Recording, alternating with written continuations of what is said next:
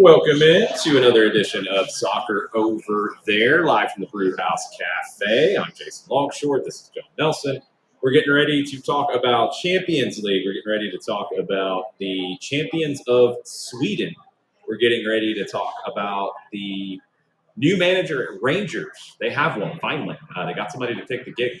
We're going to talk about a new champion in South Korea. We're going to talk about some other games going on, but Champions League will obviously take up a lot of the conversation today. I did want to start with a little something, though. The U.S. Soccer Federation, the Mexican Football Federation, Costa Rican Football Federation, and the Jamaican Football Federation today launched their joint bid, which is unopposed. I think it's basically been approved by FIFA already without a bid. It's an unopposed bid to host the FIFA Women's World Cup in 2031. So it would be the largest Women's World Cup in history. They would welcome an estimated 4.5 million fans across all the venues in 4 host nations. World-class facilities, athlete-centered environments, groundbreaking legacy commitment. The legacy commitment is one of the biggest things with it. They would collaborate with FIFA to ensure the legacy of the tournament supporting girls player development, coaching education, and infrastructure growth across member associations. We wondered when the 2031 bid became what the U.S. was going for instead of 2027. And in that one, it was going to be the U.S. and Mexico. And it wasn't necessarily defined when the talk started about 31 that it would still be the U.S. and Mexico. Now Costa Rica and Jamaica have joined in. So it's a very different kind of format. I think the tournament will be a bigger one than what we're going to see in 2027. So, I mean, it's unopposed. FIFA's going to take it. I'm just really curious to see how all of it builds out. And I'm also really curious once you get into the bid book, which will be delivered in November, what they recommend for the final, because I think it could be down the street. Yeah, I would love to see that.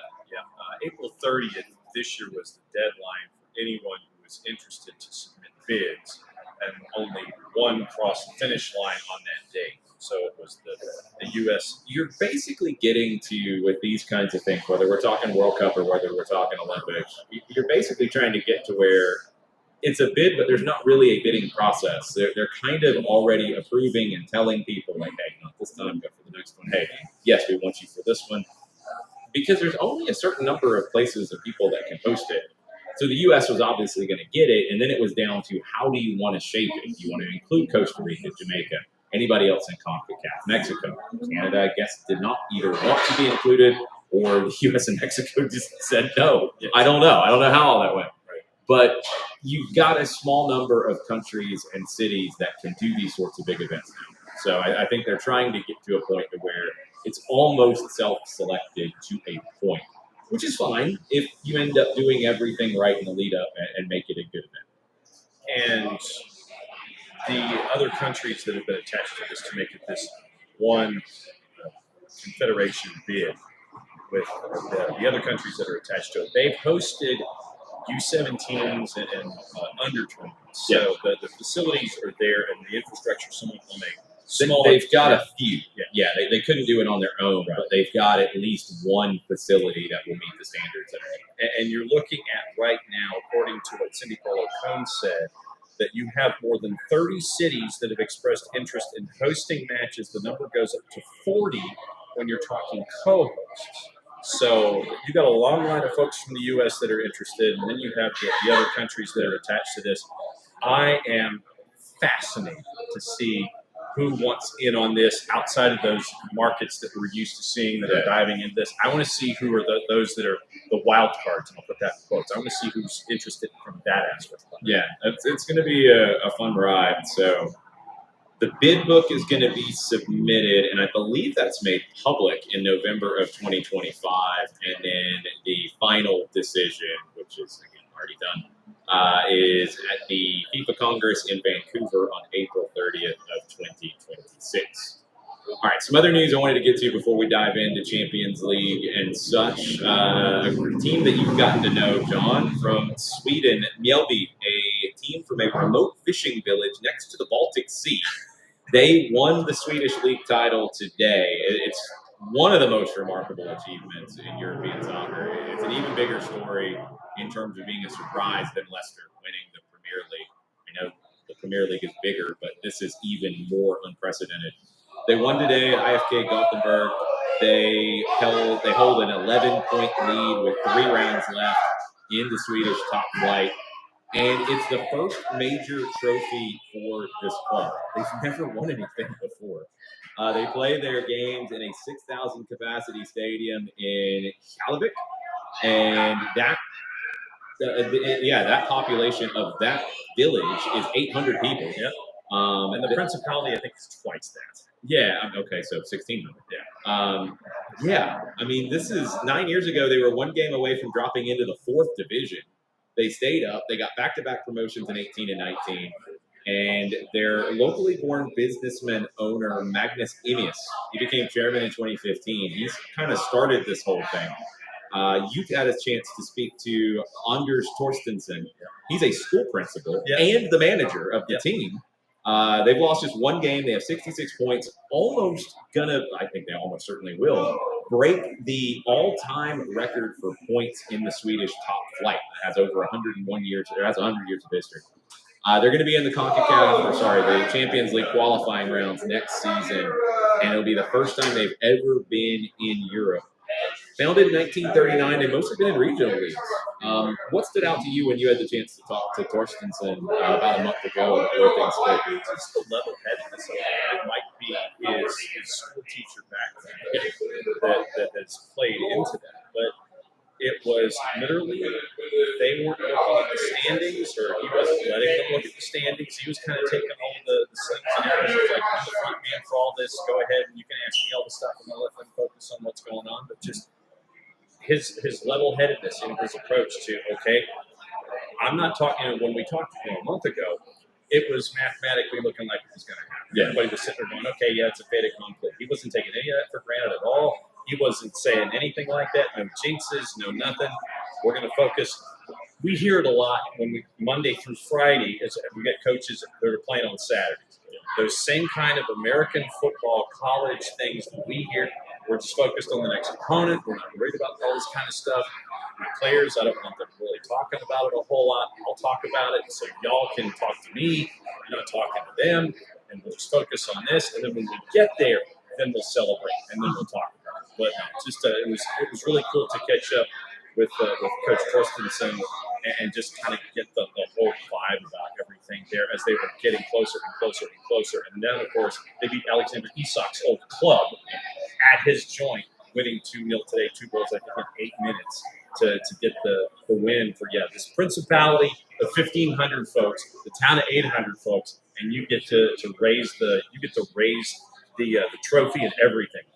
Wow. They've only conceded 17 goals in 27 games. Amazing. Torstensson, 3rd stint as a coach, and his assistant has a PhD in visual perception in elite football. Torstensson had never coached at a senior level before being at this team.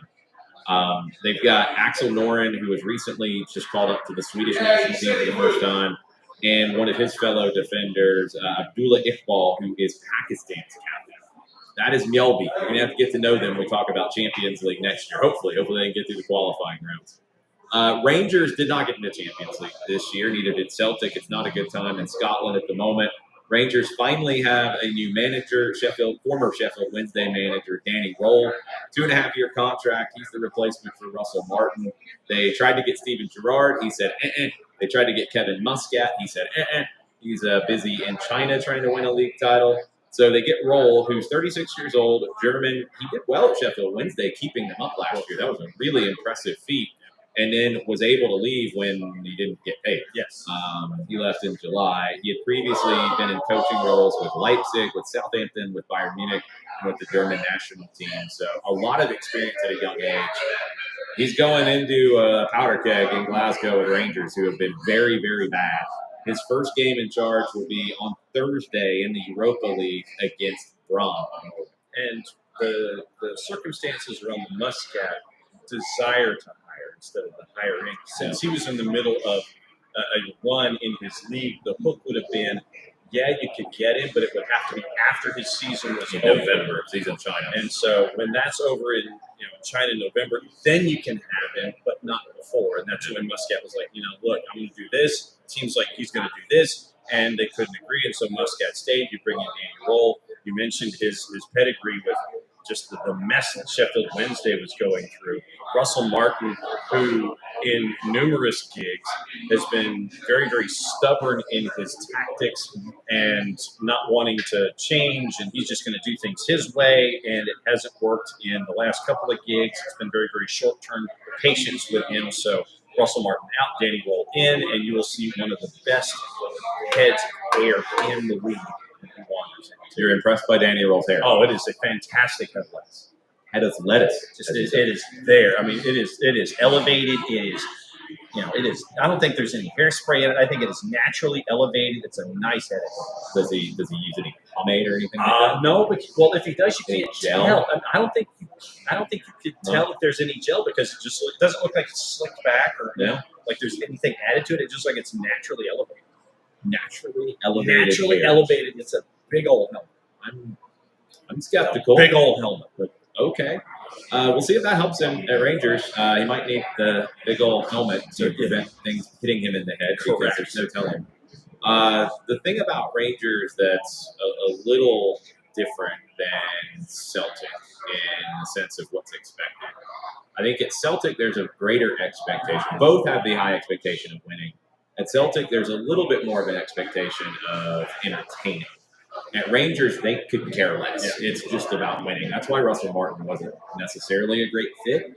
I do want to transition, though, from somebody who, as you say, is stubborn in their tactics in the way that they want to play and really unyielding to change, to another manager who has been criticized and talked about in that way, Ruben Amorim. Have the apology lessons went out this week? Did they go out yesterday? They gone out this morning? I ain't seen nothing yet. Back-to-back wins. First time beating Liverpool at Anfield in a long, long time, about a decade. They get the big win against Liverpool yesterday. I thought they looked really good in doing it.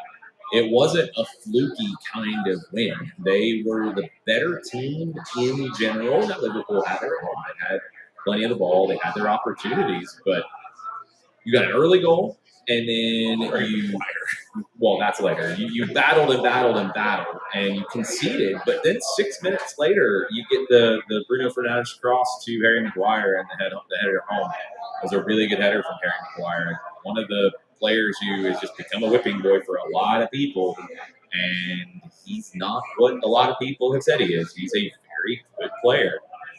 He's a very good leader, and you saw the reaction to him when he got that goal yesterday. Look, is it all like roses and flowers for Manchester United? No, but they're in ninth place. They were only 5 points off of Liverpool before yesterday. Now they're 2. Liverpool's struggling right now. We'll get to that in a second, but Manchester United haven't been able to generate momentum until now. It's the first back-to-back wins for Amorim since taking over. But here's the thing that people always get hung up on when we talk about philosophy, game model. A lot of people call it tactics across the board. Tactics are game to game.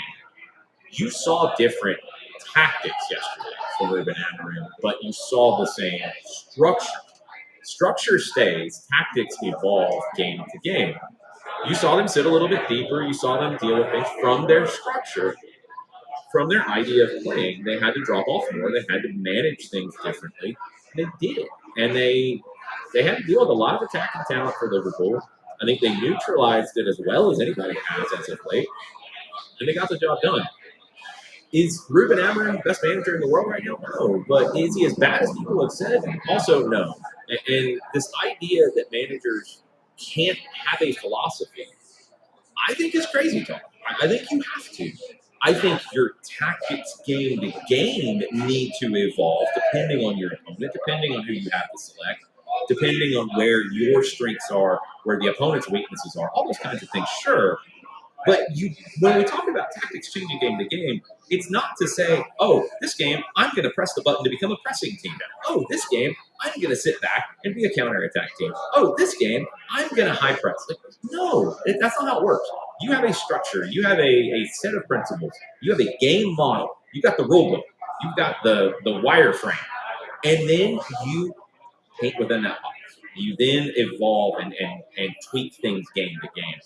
Ruben Amorim, I hope he gets it going because he's been a very good manager up to this point in his career. I think he's taken a lot of hits. I think the club has taken a lot of hits because they've stood by him. I think it's good to stick by him in this case. Let's see if it pays off. And frankly, let's see if he can get a little more talent in to do more with what he's got because I don't think he's got enough.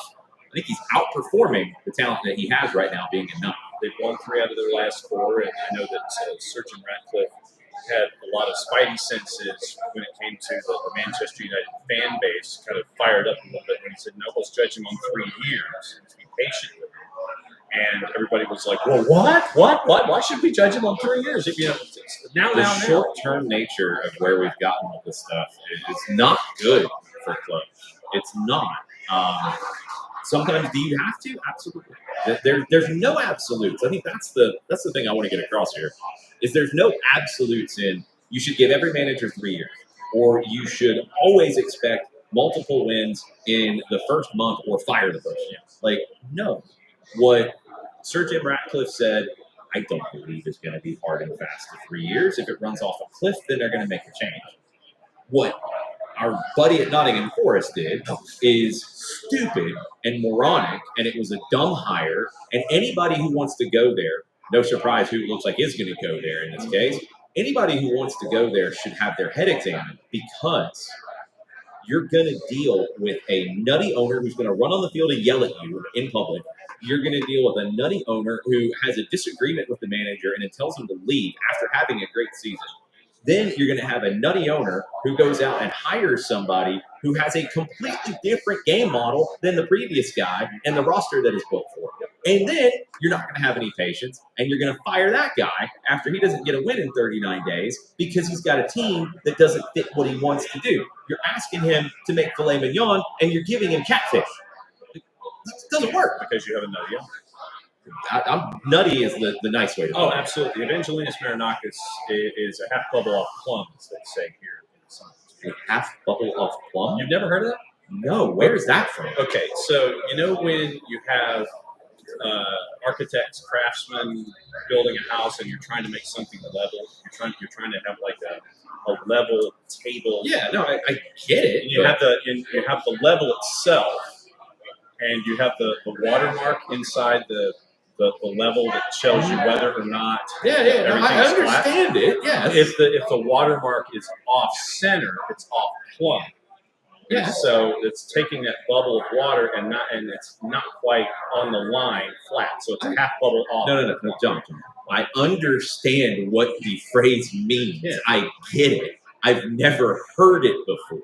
Never heard it? No, I've never, ever heard that term. Huh. I'm trying to see where that originates from. Huh. I just always associated it as a southern thing. I've never heard it. Never heard a half bubble off. No clue where that comes from. No clue. I'm sure people out there are like, oh, yeah, I've heard that. I have not. I've never heard that term. Wow.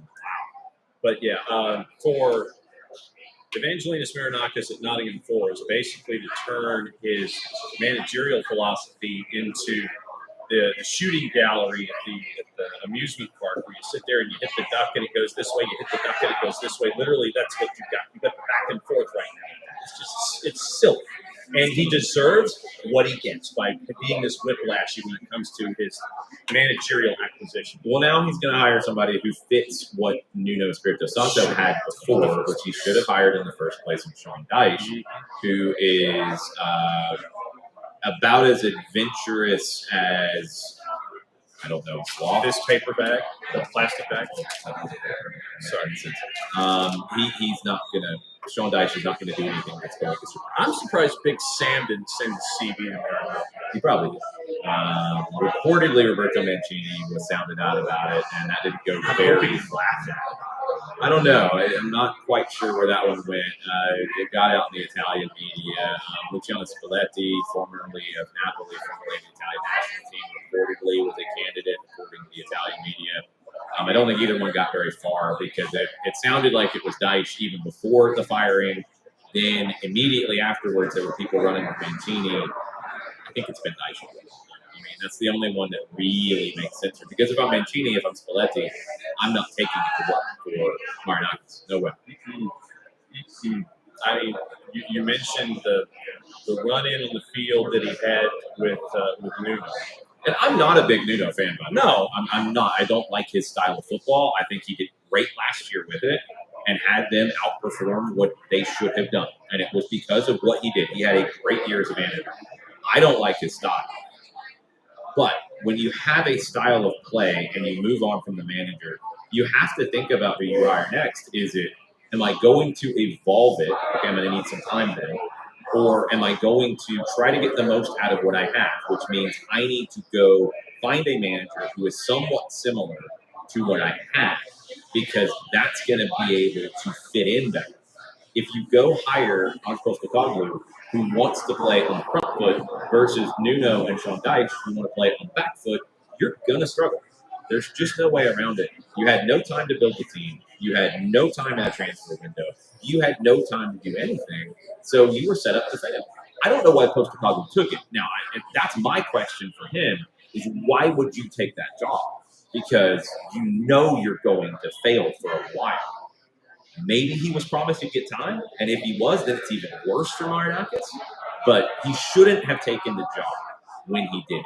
That's on him, and he didn't make it work, and it was bad, and it maybe was getting a little better, but not really. You had a lot of limitations for what he could do with that group of players. Sean Dyche will do better than Ange Postecoglou did, because you've got a set of players that has played in this way for the most part. I mean, of course, you always have changes, and players can adapt to a point too, but not 0 to 100. They can adapt 0 to 20 in a month and a week, because that's basically all I've got. In Marinakis, you're talking about an owner who basically was written up by the FA because he was alleged to have spit at the feet of a center ref, and his defense was, "Oh no, I smoke a lot of cigars. I was basically hocking up, and that was where it went when I was hocking up, because I was at a coffee fit." Sure. That's the kind of guy that you're dealing with here. You're dealing with a guy who came out of the stands to yell at Nuno about a substitution situation late last season, and Nuno was not in the wrong there, if I remember correctly. No, he wasn't. He was Like- cutting him off from talking to the physio. Yeah, it was an awkward situation, if I remember, about what the physio said and dealing with the sub, and there was a lot of confusion. But yeah, I mean, when you have something like that happen, and we said it then, it's like you need to go. And then they bring in the sporting director, and he doesn't get along with Nuno, and it just gets even worse. And just no, it will be better with Sean Dyche, but it's a mess right now, and we'll see. We'll see where Ange ends up going, because I think he's a very good manager, given the right situation. We'll see. He's also probably a little tainted at the moment because of how it went at Tottenham Hotspur, because of how it went at Nottingham Forest. People are going to have their opinions about him that I think are unfair, but let's see what happens. All right, let's go to a couple more things before the Champions League. Over in South Korea, the K-League, Jeonbuk Motors, they clinched their first title in 4 seasons. Gus Poyet, another one of the former managers that we hear quite a lot about from the Premier League, he is in South Korea. They won 2-0 over Suwon FC. Unassailable 16-point lead with 5 games left. Italian striker Andrea Campagno gave Jeonbuk the lead in the 2nd minute, and then a penalty from Thiago Arubo in the 62nd confirmed the win. It's their 10th league title of all time. The Australian League got underway on Saturday. Melbourne City 1-1 draw with Western Sydney Wanderers. Adelaide United 2-1 win over Sydney FC. Brisbane Roar won 1-0 over MacArthur FC. And Central Coast handed Derby rivals Newcastle Jets a 3-2 loss. The ending of that game is Which game? Central. Okay. The end of that match is up on social media, and you had I think it was a big PK save to preserve the margin.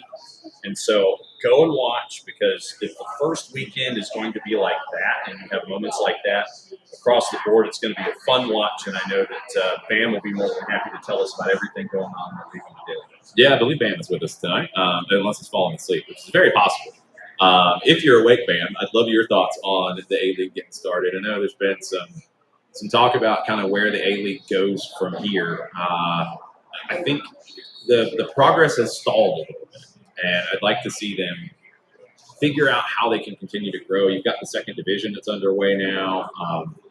I want to see where this can continue to get to, because I used to watch the A-League a good bit when it was on the Fox Soccer Channel. Fox Sport, Fox Soccer. Yeah, Fox Soccer.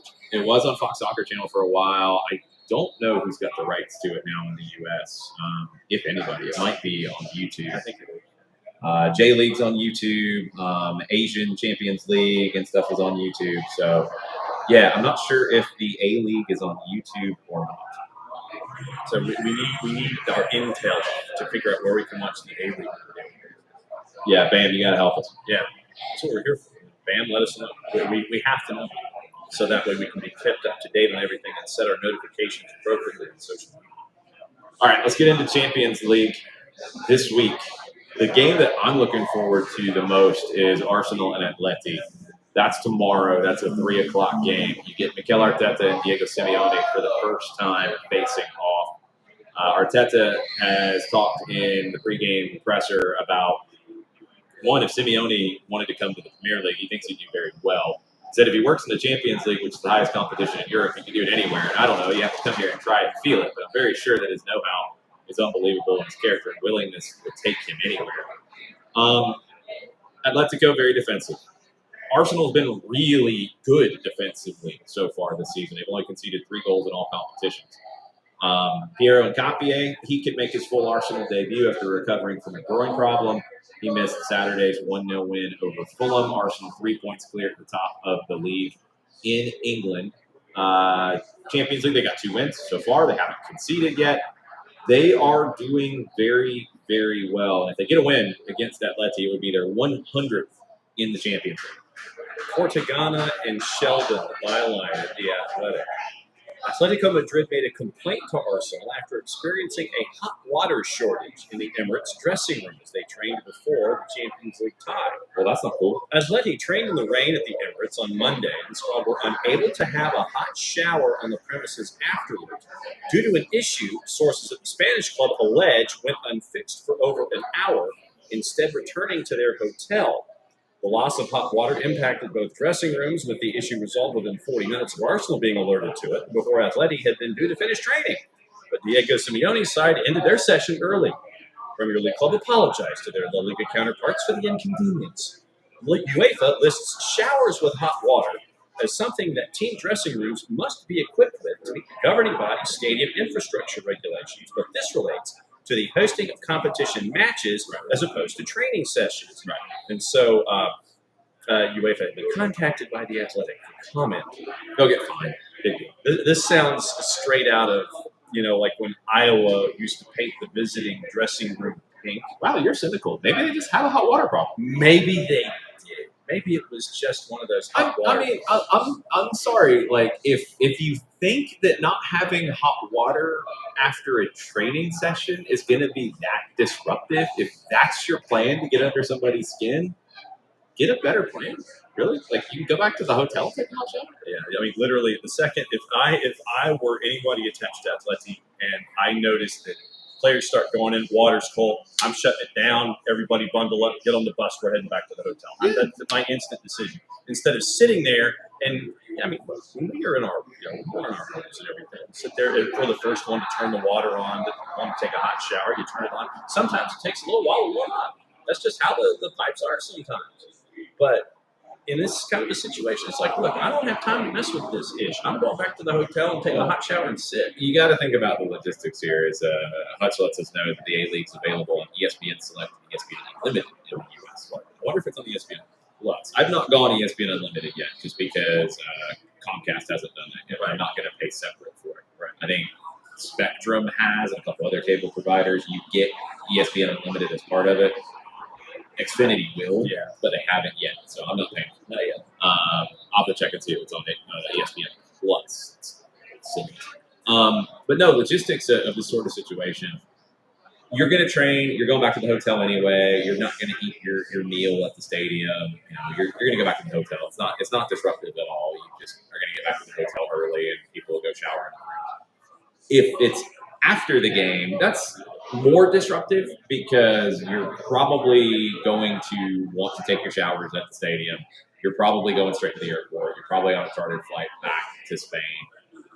Worst case, you're going to stink on the plane a little bit more than you'd like to, but it's not the end of the world. I don't think this was subterfuge because I don't think you're getting anything out of it. I don't think doing something like this to potentially give Diego Simeone some kind of fuel to tell his players, look what they did to you. Let's go beat them senselessly. You only got cold water in the stadium. Be that much more angry. I mean, Simeone will use it because he'll use anything for that, but there's nothing to it. Bayern, they have been ridiculously good so far this season in Champions League and in just the run play in the Bundesliga. They are hosting Club Brugge on Wednesday. 10 wins in a row. They are scoring a bunch of goals and not giving many up. That's a pretty good recipe for success. They beat Chelsea 3-1 in Munich. They are killing it at the moment. Harry Kane has 22 goals in his last 14 matches. 15 goals coming in his last 8 with Bayern and with England. He scored in the 2-1 win over Borussia Dortmund in the Bundesliga on Saturday. Hosting Club Brugge on Wednesday, they should roll. They are a minus 500 in juice boxes. Bruges plus 1280. We'll get into picks of the week here coming up soon. We'll talk more juice boxes. We have the team sheet for picks of the week. We have the board done. We have a champion from last week. I believe we have a record score so far in 2025. So we will talk about that. It was an epic comeback as well because the winner was not winning at the start of the day on Saturday. Manchester City in Champions League, they are at Villarreal tomorrow in the 3 o'clock window. Erling Haaland has been killing it as of late. 23 goals in 13 matches, including 10 in his last 5 with City and with Norway. He had both goals in the win over Everton on Saturday. He's the fastest player to 50 goals in the Champions League. He scored twice when City drew 2-2 at Monaco earlier this month. They got the win over Napoli in Game 1.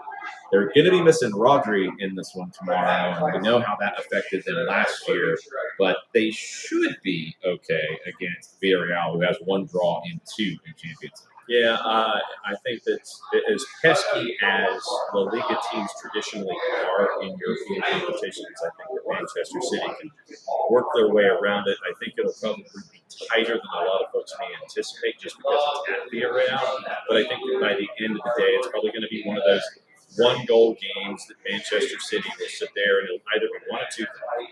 They'll get a lead, they'll get up an equalizer, and then 10 to go. Pep will make a substitution. That'll flip the switch, and it'll be 2-1 final. Or it'll be just one of those where they get the goal early, and they try to navigate it the rest of the way. But I think it's going to be a 1-goal game. Manchester City gets full points by the time. So next one on the board that I wanted to mention is a Wednesday game at 3 o'clock, Real Madrid and Juventus. Kylian Mbappe, he's got 18 goals in 14 games with Madrid and with France, 9 in his last 6. He had the winner for Madrid in their 1-0 win at Getafe on Sunday. He is set to become the youngest player to make 90 appearances in the Champions League. Right now, that record is held by Raul, a former Real Madrid great. He was 27 years old when he reached that mark. Kylian Mbappe, 26. Yeah. He is going to be the all-time leading scorer in World Cup history. He's going to be the all-time leading scorer probably in the Champions League down the road, although Erling Haaland might keep him out of it. He is going to be the record holder for the youngest to 90 games. Madrid, 2 wins in Champions League so far. The Italians, Juventus, 2 draws in Champions League against Dortmund and at Villarreal. They lost 2-0 at Como in Serie A on Sunday. There's a lot of pressure on Igor Tudor right now. Juve had not lost to Como in the top flight since the 50s. Ooh, I want to say it's like 52. Something like that. That's crazy to think that Como got that result, and of course that'll just ramp up any kind of pressure. Pressure's normal at Juve. Como's legit though. Like Como is like 6th or 7th in the table. Yeah, Cesc Fabregas is doing an amazing job there. Nico Paz is an awesome player. They're going to be a handful. Like We'll see if they can maintain it. If like right now, you could say they're almost becoming the new Atalanta, and a team that's going to consistently punch above their weight.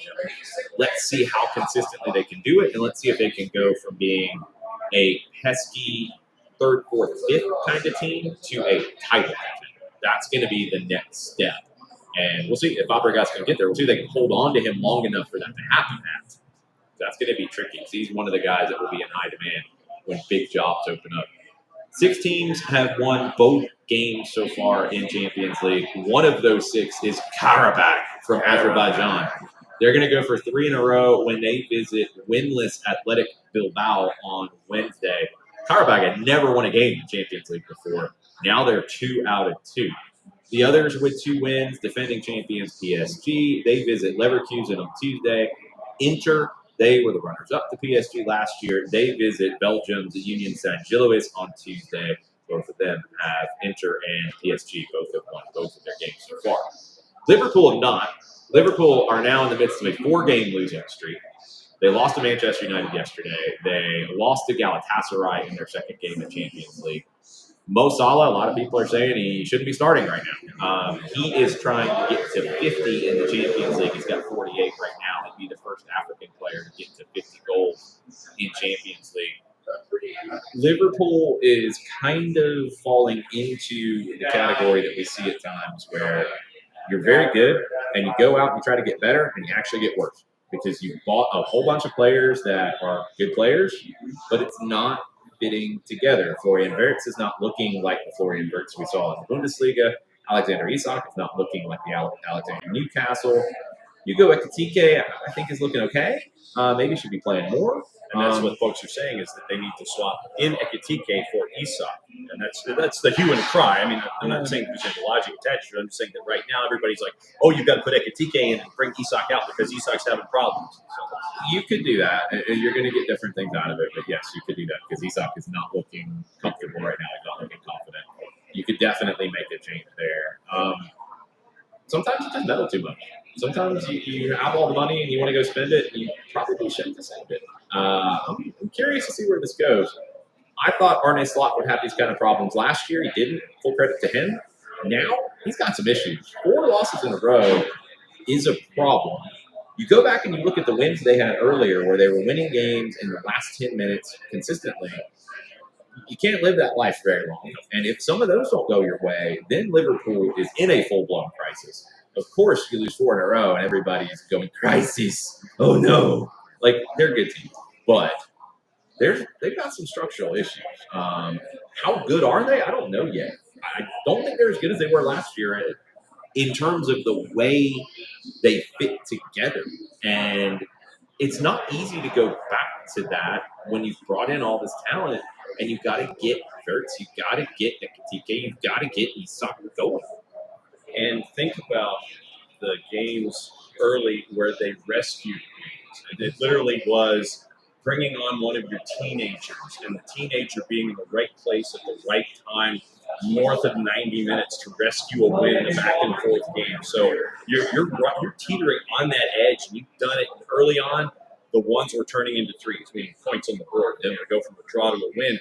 Right now, you're hitting that rough patch, and you're trying to figure out how to turn the car over again. And to your point, I think the larger issue is you've got all this money, you're bringing all these toys, then how do they fit? And it's right now you're trying to figure out how they fit, and that's the adventure that Arne Slot has to figure out. Do they fit? Where do they fit? How do they fit? And right now, it just ain't fit. It's not. We'll see if he can figure that out. Barcelona, they're trying to make up some lost ground in Champions League. They lost to PSG last time out. They're hosting Olympiacos at the Olympic Stadium on Tuesday. Hansi Flick will be on the touchline for this one. He won't be on the touchline for El Clasico on Sunday. He got sent off over the weekend in La Liga. Lamine Yamal set to become the youngest player to make 25 appearances in Champions League. Right now, the youngest is 19-year-old Warren Zaire-Emery from PSG. Chelsea, they've only got 1 win so far in Champions League. They had that loss to Bayern. They host Ajax, who has not won so far. It'll be Chelsea's 200th match in the Champions League proper. Ajax is 250th in European Cup and Champions League history. Benfica is still looking for a win as well. Jose Mourinho, they visit Newcastle on Tuesday. What are the numbers in that one? Hang on. That one is Benfica is a big underdog. Newcastle minus 172 in the composite, courtesy of our friends at Odds Portal. Draws the plus 3.25. Benfica at plus 447. Oof. Uh-huh. What else is on your mind, John? You didn't get to have SDHAM today because of, I believe it was part of the AWS outages all over the world. I don't think we couldn't get the Canva designs done. There were all kinds of things going on. And our hosting partners at Restream were dealing with it as well. Oh, boy. Yeah, that was straight up pickup notices. Morocco won the U20. Morocco won the U20s. Yep, 2-0 win. Second African team to win it. First win for Morocco. Second, Ghana won it in the past. Really good. I mean, we talked about it last week. Is Morocco a power now? No, we'll find out next summer. If their senior team gets to the quarterfinals, I'll put them in the power category. If they go semis, quarters, and back-to-back, and have a U20 title mixed in, yeah, then they're a power for now. You've got a lot of young talent coming. We'll see if any of these U20s end up impacting the senior team next summer. And the run that the youth teams have had with the Moroccan, You had the Olympic run to a medal recently.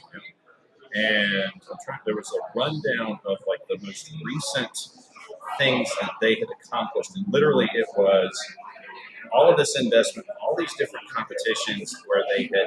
I'm trying to find it. Of course, I'm sitting here trying to fish for it, but they were like the last 6 tournaments that they were eligible. And I'm not just talking U20s, but across the board in other tournaments as well, U17s, et cetera. I want to say in the last 6 tournaments where anything that was attached to an underscore, they had finished 4th or better in like the last 6 tournaments that they had been engaged in. So it's been fun to see this investment at the youth level for Morocco, and to see where they are. It should not be a surprise anymore that they are doing this well in the youth tournaments. I'm waiting for it to translate, obviously, to the larger adult age tournaments as well. But you're seeing the growth and you're seeing these early returns. I want to see it get to these next stages like the East Coast. Rich giving me some props from my El Salvador kid tonight, of course, from one of my Foback folks. They're actually based in El Salvador, so I feel like they're wearing the Foback. But still, it's cool. It's actually getting cold here in Atlanta. This morning it was in the 40s. Tonight's going to get down to the 40s. It'll probably be in the 50s by the time we leave here.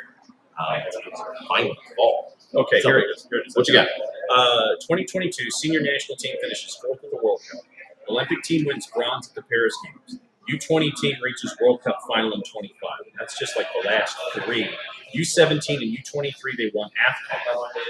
And so literally this is what you're seeing with this group. And that's what, 5 tournaments where they have made some noise, and they beat the 6-time winner Argentina to win the U20 in Chile this time.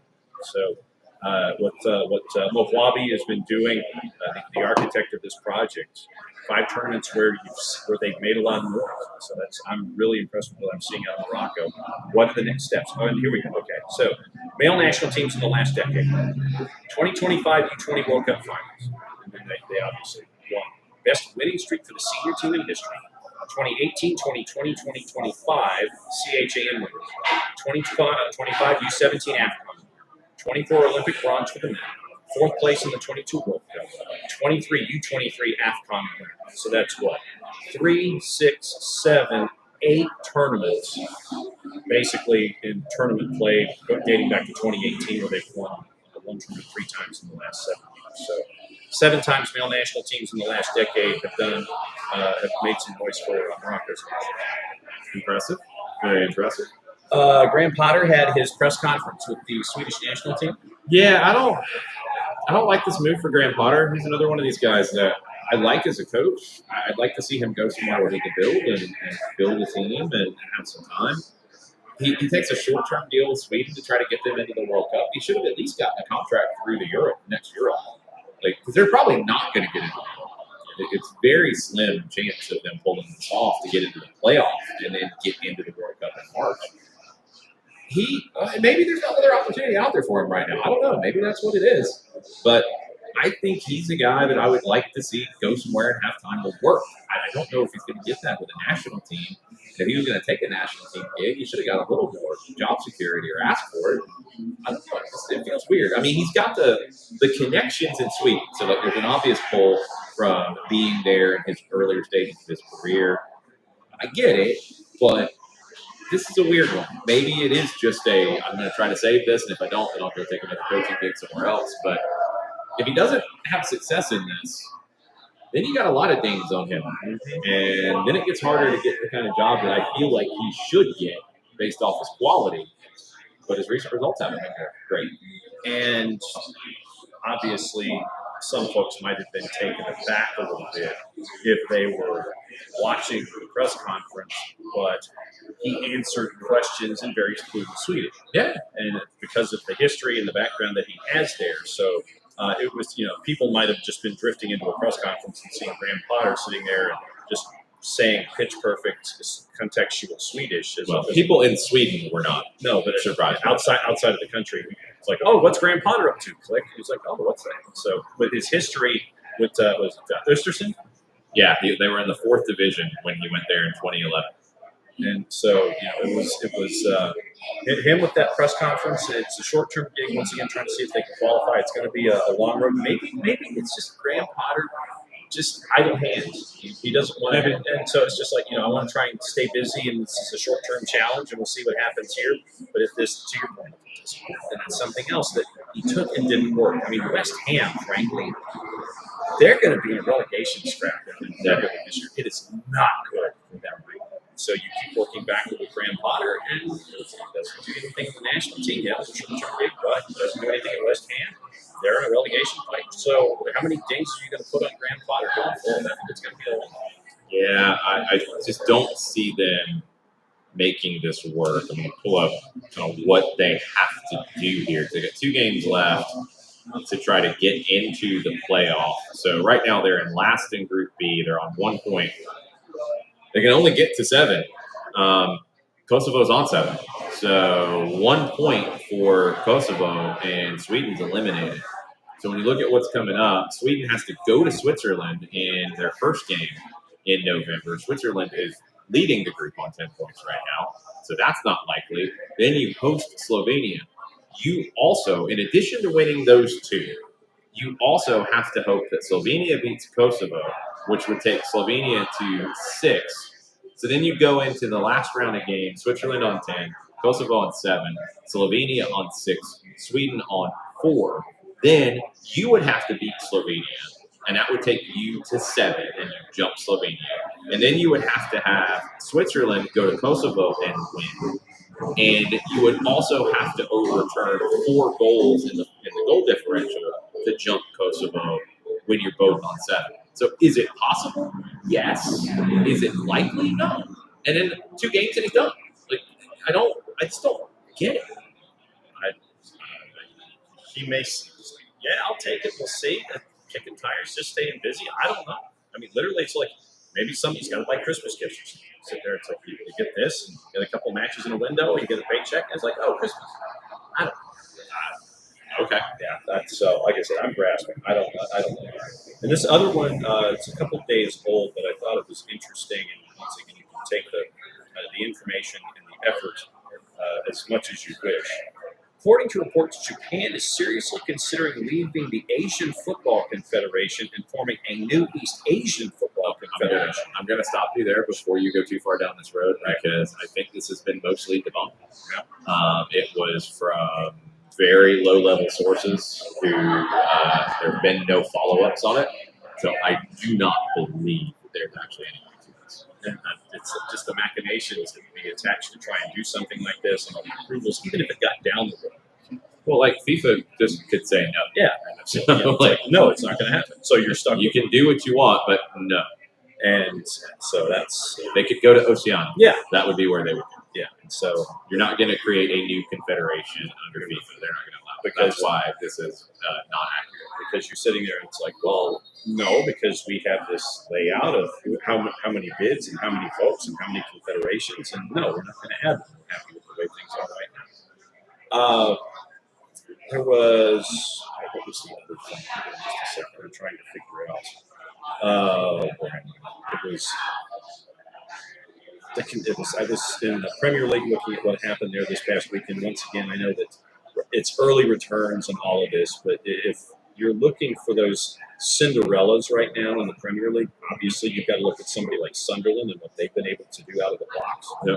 And right now, there's a group, and like I said, we're 8 matches, but you look from 2 to 9, and you're separated by 3 points. Right now, you've got Bournemouth in 4th, and you have Semenyo, who is just an amazing talent, who is going to, when the Cherries get to that point, when someone comes knocking on their door and they want to pay an exorbitant amount of money to send Semenyo on, it will be yet another great pickup for that club and their department to bring in talent for Andoni Iraola. And they do well in the short term, get a couple of seasons under their belt, and move on. It's another great financial windfall for them, and then they continue to invest in the right way. Bournemouth right now, 4th in the table, 4-3-1, and they're at 15 points. They've drawn 3 of their last 4. Then you have Sunderland, who's currently in 7th right now at 4-2-2, and they're doing it with defense. They've only given up 6 goals so far. They've only scored 9, but it's been very, very strategic. They've won 2 out of their last 3. But then you look at the bottom.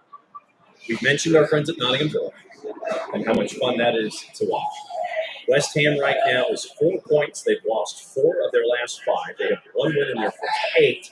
Not to be outdone, Wolves have not won a match this year, and they are 0-2-6, and they are at minus 11 goal difference. They're giving up an average of 2 goals a match. They've only scored 5 in their first 8. So Wolves, West Ham, Forest, and then 2 points up to Burnley, who's getting some strategic results early on to stay out of the fight.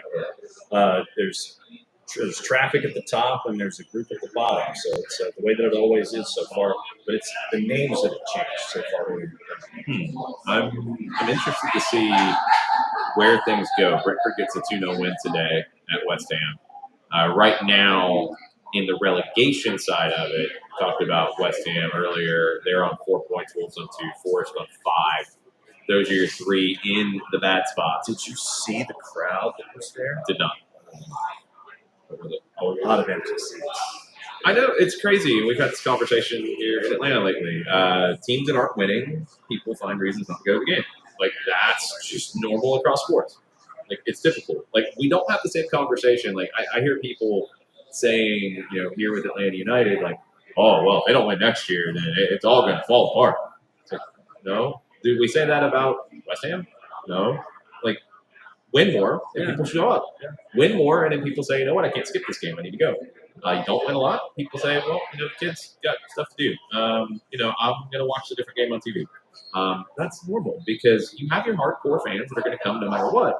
And then you have, every club has it, a large number of more casual fans. Give people a reason to come, they're going to come. Give people a reason not to come, they're going to choose not to come. And when you're not winning, they're going to choose not to come. Yeah. Ahead of Forest in single digits on points. Newcastle's on 9 and 14. They'll be fine. Fulham's on 8. Leeds on 8. Burnley's on 7. Fulham's lost 3. They've lost 3 in a row. Forest has lost 3 in a row. Those are the 2 who have lost the most in a row in this bottom end. I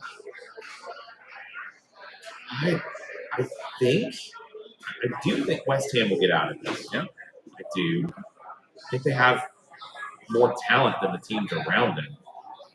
I don't know about Burnley. They beat Leeds, and those are 2 teams that I don't know about either one of them. So maybe Burnley will beat Leeds. I don't know. I think Fulham will be okay. I think Newcastle will be fine.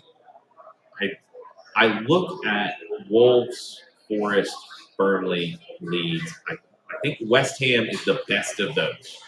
I think they're the best of the bottom 5. I think they will get out. I just think talent's going to come through at some point.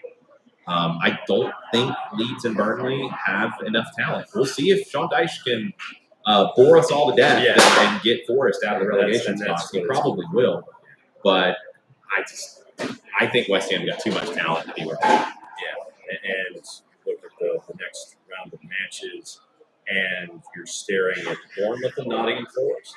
You're looking at how one team has applied themselves with their philosophy when it comes to their departments across the board, and you're seeing the successes in Bournemouth and Nottingham Forest, who is in managerial chaos and utter chaos right now.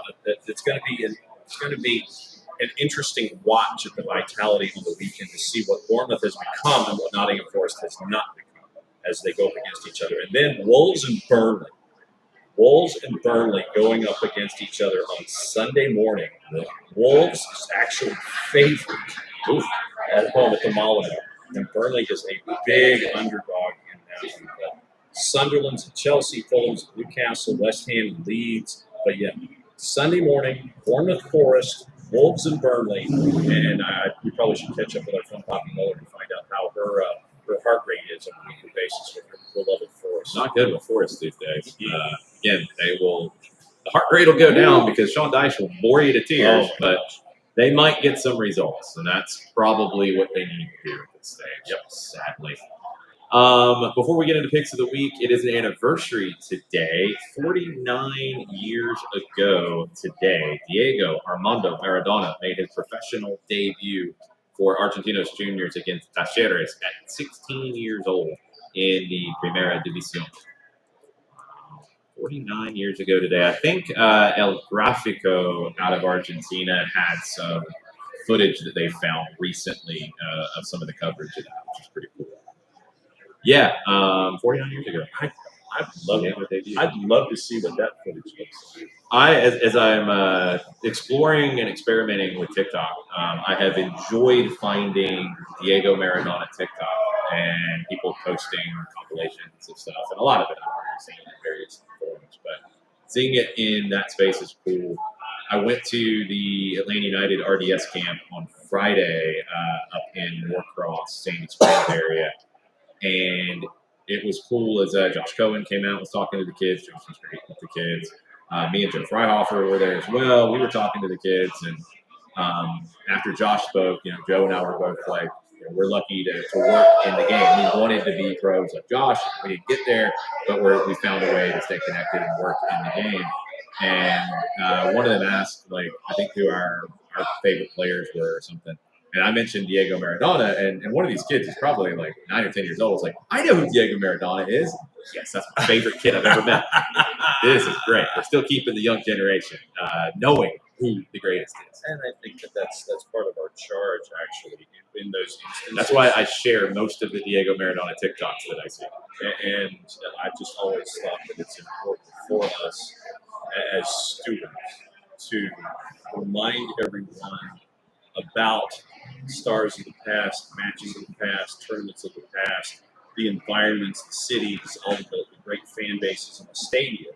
So it's not left behind by our generation. Those of us that are of a certain age and covering everything, it's like, go ahead. It's cool to share because you never know what window you open up in a situation. Yeah, that's what's cool about this is we get to go through these different generations and talk about it and explain it to people. We're going to get into picks of the week. I am last week's picks. I don't have it in front of me what they were. So we can go through what happened last week. Okay, so last week we picked Qatar and the UAE in a World Cup qualifier. Qatar got the win in that one. Wednesday was the Kakamega Homeboys and Bidco United in the Kenyan Premier League. The Homeboys won that one. 3-0, baby. Yeah, Marathon and Real España.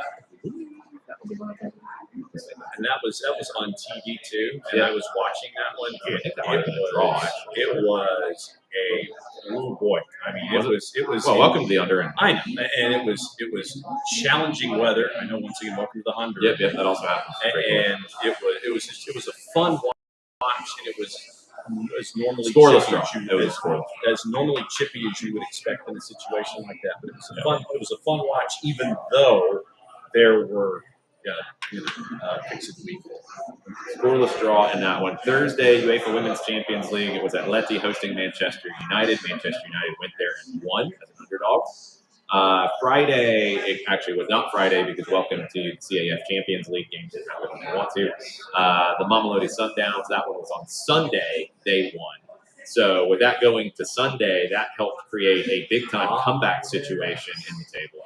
Saturday, it was Pisa and Hellas Verona, and that was a scoreless draw. It was bad. They're two bad teams, so not a shock. Portland Timbers and San Diego was also Saturday, and San Diego won. They were the road favorite. They lived up to that with a big win. And then Sunday, it was the Liverpool-Manchester United game. Manchester United is a big underdog, got the win. The prop bet was the number of goals in the first legs of final qualifying round for the CAF Champions League. There were supposed to be 16 games. 14 games were played. If you were within 5 goals, you got the plus 100. 2 people got it. All right, so the way the table went, I won the week before. The results going backwards, Madison was second, Jarrett was third, Sophia was fourth, John was fifth, Nick was sixth, and Drew was terrible the week before and seventh. Nobody except for Sophia got the first game correct. She was the only one who picked Qatar to win. Then she also got the second game correct. So Sophia was running away with it early on. Everybody got the second game correct and caught up. But Sophia had a 330 juice box lead. Then Sophia got game 3 right as well. Jarrett did, Nick did, Drew did as well. Then Sophia got game 4 right as well. So she was up to 935 through 4 games. I was in second at that stage, or I was in third on 280. Nick was at 605. He had started climbing a little bit.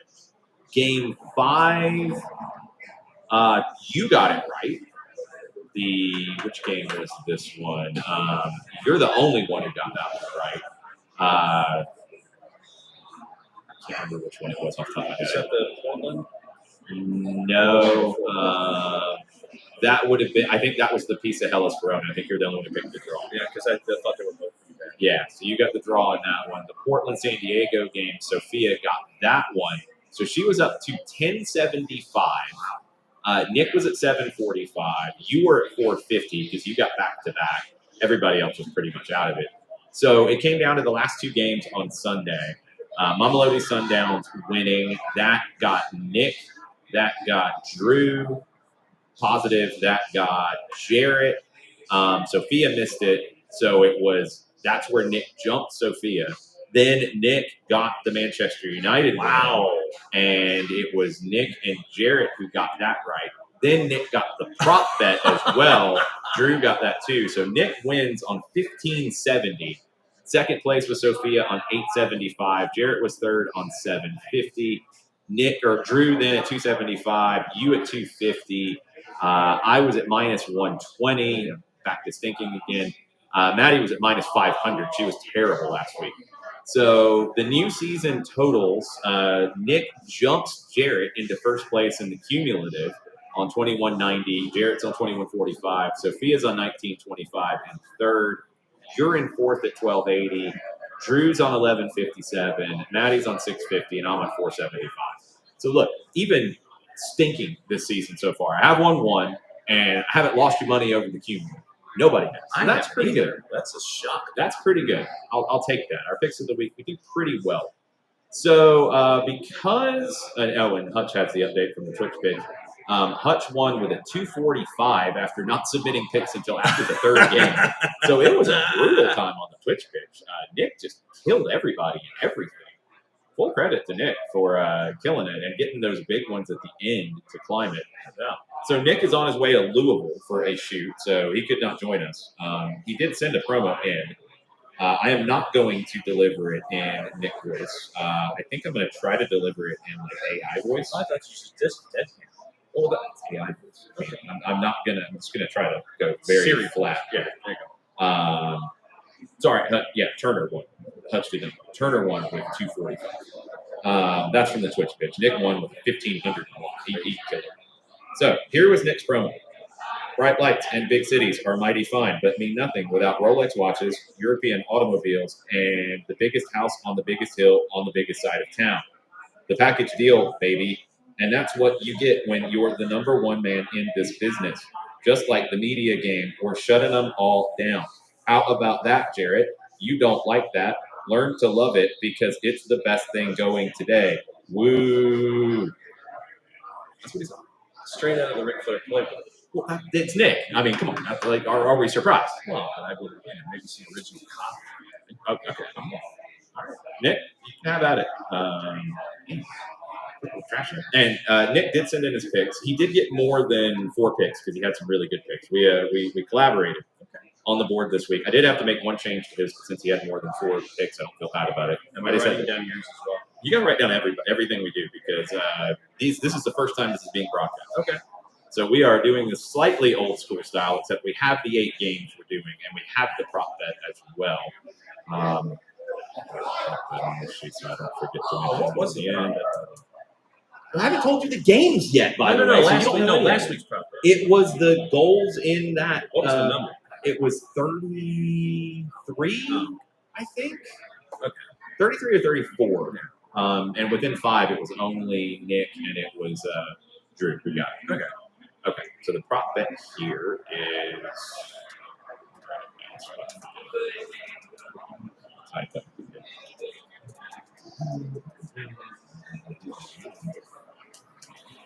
Okay. All right. So we have a board to go from, and we're going to get the odds locked in as well. This will go out, those of you on the Twitch pitch, you sickos, this will go out to you shortly after we are done. I will cut and paste it, and I'll send it to the keeper of the Discord, which is Jared Smith. He is not with us tonight because he is driving from Denver to Salt Lake City because his flight yesterday did not happen, or he got bumped from it or something. He was late because he was in the line for TSA. Okay, so he got bumped because he was late. Then he couldn't get on another one. Then he had to stay another night. Then he got on a flight that got delayed, or he got delayed or something. And then he missed his connecting flight from Denver to Salt Lake. So they rented a car and they're driving from Denver to Salt Lake. He might be listening and probably yelling at me right now. I don't know. It's very possible. He probably isn't listening. He shouldn't be. Ivy, if he is making you listen to this, I apologize. All right. So let's get into what we have on the board for this week. Tuesday, we start with PSV versus Napoli in the UEFA Champions League. So your odds as they get locked into the board are PSV is a plus 210.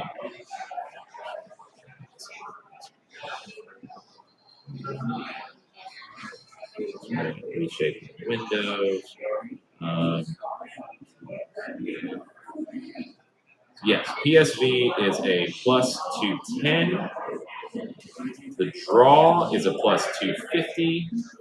And Napoli is a plus 125. So, recent form for these two. Last time they played head-to-head was in the Europa League in 2012. In the group stage, PSV won both big. Napoli was not happy with that. PSV is currently on a 5-game unbeaten run, 3 wins, 2 draws. They drew at Leverkusen last time out in the Champions League. 3 wins out of their last 4 in the Eredivisie. The draw was a 2-2 hosting Ajax. Napoli recently, they lost to Torino over the weekend, 1-0. They beat Genoa before that. They beat Sporting Lisbon before that in Champions League. They lost to Milan. They beat Pisa, who is terrible. And they lost to Manchester City in the first game of the Champions League. They'd won 3 in a row in league before that. So it's been up and down. Scott McTominay should be back for this one. They might not have Rasmus Højlund, though. So Napoli might not be at 100% here. We'll get everybody else's picks after the show, so you're just going to have to imagine what they pick. John, what are you picking in this one? Draw. You are picking the draw between PSV and Napoli. Yeah, PSV's had better form, but I figure the better team is Napoli going on the road, so I'll cancel himself out. I'm picking the better team in Napoli to win. Napoli's going to get the win. Got it. Okay, next on the board, Wednesday, we got 2 games. Let me see which one's actually first.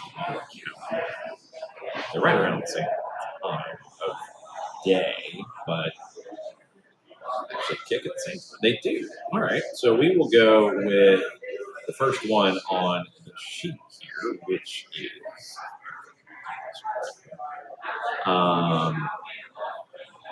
MLS playoffs, Chicago and Orlando. So, SofaScore likes to be opinions. Sorry, SofaScore. Just you do. It's frustrating. No, I got it. Chicago is a minus 104. Orlando is a plus 240. The draw is plus 280. So then minus 104 for the Fire. The draw plus 280. And there's going to have to be a winner in this, so then we go penalties. And Orlando is the plus 240. Orlando has fallen on hard times. Darn, I feel really bad for them. Yes, I really do. I'm sad. I don't understand how they've fallen on hard times because they have two players that I put into my MLS Best 11 vote. Why are they in the spot? Because as of late, they lost to Toronto on decision day. They lost to Vancouver before that. They drew to Columbus before that. They drew to Cincinnati before that. They beat Nashville back on September 20th. They drew DC, which, yeah, we know is bad. Leagues Cup, they lost two. They lost another game to Nashville. I mean, it's a lot of only L's. won once in their last 9. Yep. 2-10. Well, Toluca was a penalty win, so that's not even a win. That's a draw. Okay. So one regulation win in their last 9. Yes, that's bad. Chicago, back-to-back draws to close out the season. 3 wins before that. A loss at home to NYC, a win over New England at home, a loss to Philly. They beat St. Louis. So, yeah, Chicago has been very, very good as of late. 2 losses in their last 10, if I can add quickly. Yes. They've been good. Orlando's been bad. This season, last time they played in Chicago, it was May. It was a scoreless draw. Last time they played was also in May at the end of the month. Chicago won in Orlando. What are you picking? Oh, Chicago. You are picking Chicago. I am also, I'm going to pick Chicago as well. I don't want to go draw, but I'm going to pick Chicago. Yeah, I got to pick Chicago. All right. So 2 picks for Chicago. The other game on the Wednesday is going to the Copa Libertadores. And it's going to be Flamengo and Racing. First leg of the semifinals. Your numbers on this one slightly out of whack. Flamengo at home in Brazil is a minus 263. The draw is a plus 375. Racing is a plus 700 to win in Brazil. Might wonder why they are so poorly rated in this game. Why are they so poorly rated in this game? Let's dig into it, shall we? And it's also a chance to see Santiago Sosa. It is a chance to see Santiago Sosa. Last time they played was in 2023 in the Libertadores, and Flamengo won in Brazil 2-1 in that one. Flamengo is tied for the lead in the Brazilian top flight on 61 points. They have won their last 2. They beat Palmeiras over the weekend 3-2. They won at Botafogo before that. They did lose to Bahia 1-0, and they got 2 red cards in that one. A lot of red cards. Draw before that with Cruzeiro, a win at Corinthians. They got past Estudiantes on penalties in the quarterfinals. Their form in Brazil has been pretty good, but not overwhelmingly good. 3 wins in their last 5, only the 1 loss in their last 5. Very good. Racing lately. They won over the weekend on Friday against Aldosivi, so they've got 2 extra days of rest. They won at Bonfield before that. They drew it with Independiente Rivadavia. They lost to River in the Copa Argentina. They drew with Independiente. They got past Vélez in the quarterfinal, 2 1-0 wins in Libertadores. They've been pretty good as of late. 1 loss in their last 9. but they are not ready to get anything done here. Head-to-head, they both won 1, and they have drawn 2 in their last 4 appearances against one another. John, what are you picking? Oh, I'm going with the big favorite. You're going with Flamengo. I am going with a draw. I'm going with a draw. I think Racing can get a draw, and then they're going to really have a battle in the second leg in Argentina. That should be a fun one. All right, Thursday. Let's get into which competition we are talking about here. It is one of the UEFA competitions. We're going to Sweden. We're going to Malmo, and they are in the Europa League. They are hosting Dinamo Zagreb. Thank you, Nick, for picking this one.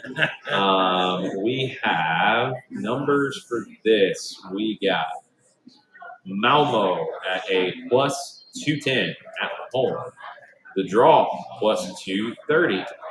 Dinamo Zagreb plus 125. 18 matches going on. Yes. Europa League's all of them. So they all have to play on. So it's 30, 16. 18 games. That's how it works. We've done this for a few years now. I mean, traditionally, it's either broken up or No, it's not. No, it's not. The Europa League's never broken. Okay. No, it's always on. Along with the conference. The Conference League is chaos. It's always on. Always. They're not going to have the Europa League competing with the Champions League. Come on. It's not going to happen. Come on. Come on. Hey, Nottingham Forest is opposed to Portland. Hippy skippy. Good job. I'm happy for whatever happens at Nottingham Forest. Here on Earth. So bad. Why? These teams last played in 2011, and Malmo beat Dinamo 2-0 in Sweden, and they lost 4-1 in Zagreb. So 2 games in the group stage in the Champions League in 2011. This time we're in the Europa League. So Malmo, as of late, they won over the weekend at Norrköping. And I'm sorry to my Swedish pronunciation. No, you got it. Not prepared. I mean, that's how it phonetically looks. It's Norrköping. It's the O with the dots over it. It might not be coping. There might be some other little twist to it. Norrköping. I don't know. It's like a short U. Okay. I'm looking at you with a side eye, possibly. Hey, it's a Scandinavian fan. Yeah, but I've heard some of your Scandinavian pronunciations too. 5-1, they lost to Sirius, not Exeter. Europa League, they lost 3-0 and had 2 red cards to Victoria Pilsen. So they got 2 guys suspended in this one. They beat Varnamo. They lost to Ludogorets in the Europa League. It hasn't been great for Malmo as of late. They have 2 wins in their last 6. 4 wins in their last 10. Not good for our Swedish friends. Dinamo Zagreb, they won over the weekend 2-1. They lost 2-1 before that. In the Europa League, they have won twice. They won at Maccabi Tel Aviv last time out, and they won at home over Fenerbahce last time before that. They've been pretty good as of late. I don't know if their league is quite as good, but they've been better in Europa League. They've been better than Malmo in their domestic competition. Does that result in a win in Sweden? What do you think? Yes. You think it does? You're going with Dinamo Zagreb. I'm going Dinamo Zagreb. I'm going to go with the draw. I think Malmo is going to fight for the honor of Sweden and their countrymen, and they are going to get a hard-fought draw. How can you lose to the Dogs? Lose to Sirius. The Dogs, though. Yeah, Sirius. Okay. Because Sirius is better. Actually, they are. We lost 5-1 to them, and Sirius is in 12th. Malmo's in 4th in Sweden. They are 21 points behind our friends Mjällby. So they didn't win either. Who didn't win? What? Malmo didn't win the title either. No, they did not win. They are probably not going to go back to Europe. Now they might get past the 3rd place team, possibly. Decision day. Possibly.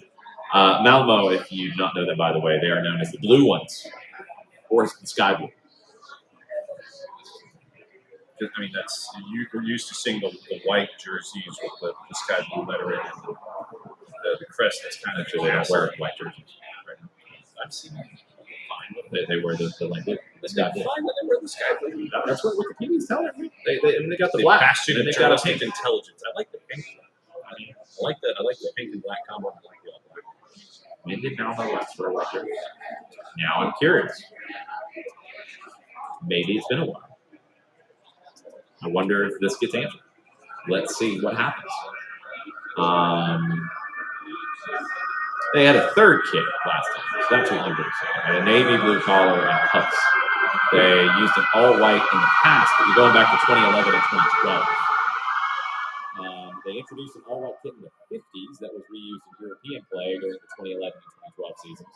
So no, they do not wear white on a regular Maybe basis. that's when I saw it was in the 1950s. Maybe. You're just spouting off stuff and getting busted. That's what happened.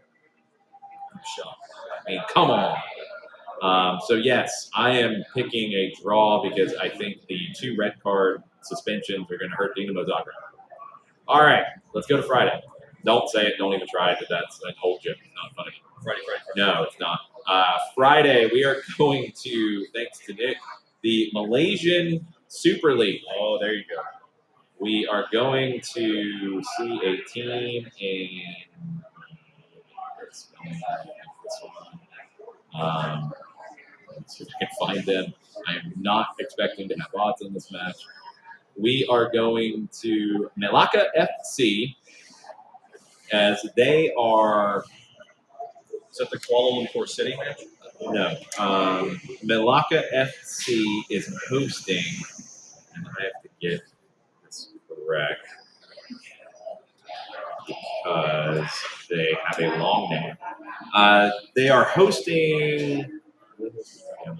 No, they are on the road. Sorry. Melaka FC is on the road at Kelantan, the Real Warriors FC. That's a name. Yes. In the Malaysian Super League right now, the Kelantan United, so we'll figure this out. Kelantan, they are in 7th place through 7 matches played. 2, 2, and 3 right now. They've only scored 6 goals. They've conceded 13. They've won twice somehow. They are. Let's see. They're 11. Malacca's an 11. 5 matches, 3 points, 3 and 2. Yeah, they're bad. They are bad. They've only scored twice in 5 games. Nick, what are you doing? Why are you picking this game? Well, because probably the odds that we get because there's no line make it a more attractive pick across the board. Do you think Nick's actually thinking that? Really? I don't know. That's the better answer. Thank you. Don't try to put logic there. He did another Ric Flair promo. Come on. So Kelantan, the Real Warriors FC. They are based in Kota Baru in Kelantan. They are obviously the top flight of Malaysia, which is the Super League, not the Premier League. The Premier League is the second level. The Super League is the first level. They were founded in 2016 as a lot of abbreviations. MPKB-BRI Ubi capital S Football Club. That parenthesis. It's Kota Baru Municipal Council Islamic City Youth and Sports Secretariat. I don't know what any of that means. It's like a couple of different governments thrown together. Yeah, but I have no idea what that has to do with the names. They were reformed as Kelantan United in 2017. Then they were the Kelantan Darul Naim in 2024. They have now rebranded as the Kelantan The Real Warriors FC for 2025. So this is their first year as Kelantan The Real Warriors FC. They play at the Sultan Muhammad IV Stadium that seats 30,000 people. Their nickname, obviously, The Real Warriors, because duh, they should be. They wear red and all red. They have an all white. They have a red and green stripe third kit, which is funky. Their president is Anwar Musa. He was appointed in July of 2025. Their head coach is known as Ella, E-L-A, with an accent after the A or an apostrophe after the A. I don't know. Let's find out. He's 63 years old. He is a former Selangor state team player. He played for Public Bank in the mid-'80s before beginning his coaching career. Public Bank just went away. Ella Basaran and Lango. But he's known as Ellen. So yes, he is brand new to the Kellington, the Real Warriors FC. He had previously been an assistant for the Malaysian national team, and he was the head coach for the Malaysian U23s. He did pretty well with the Malaysian U23s. He's not doing so great with Kellington, the Real Warrior. So we look at the opponent, Malacca, I'm not sure. Not to be confused with Malacca City FC. This is a whole different club. They're known as MFC Football Club. Their badge is looking kind of AI-ish. They were founded in 2022. They were the club that I guess sort of replaced Malacca United. They were founded as a continuation of the previous club, but they did not inherit the honors and titles won by Malacca United. They participated in the Malaysia M3 League in 2023, which is the second tier in Malaysia. I don't know what the Malaysia Premier League is. Maybe that's rebranded too. A lot of rebrands in Malaysia. A1 semi-pro. I don't know what any of that means. It's all chaos. So they got promoted from that this past year into the Super League somehow. I don't know where the Premier League fits again. I have no idea. They were red and black, even though their crest is red and navy blue. Sure, they wear light blue shirts as away colors with royal blue socks. Again, they have navy blue in the crest. It makes no sense. They used to have nice crests that had a tree in it. This one doesn't. This one ChatGPT created for them. I don't like it. And they got one stadium that seats 40,000 and one that seats 1,000. Well, the way they're playing right now, they're probably playing in the 1,000 seats they show because they're not very good. No. They play at the Hang Jebat Stadium. That's the 40,000 seater. They had previously been using the Hang Tuah Stadium since 2023. It's still used as a training ground and home venue for the development and youth squads. They have a Brazilian player in their squad, a couple of Brazilians in their squad.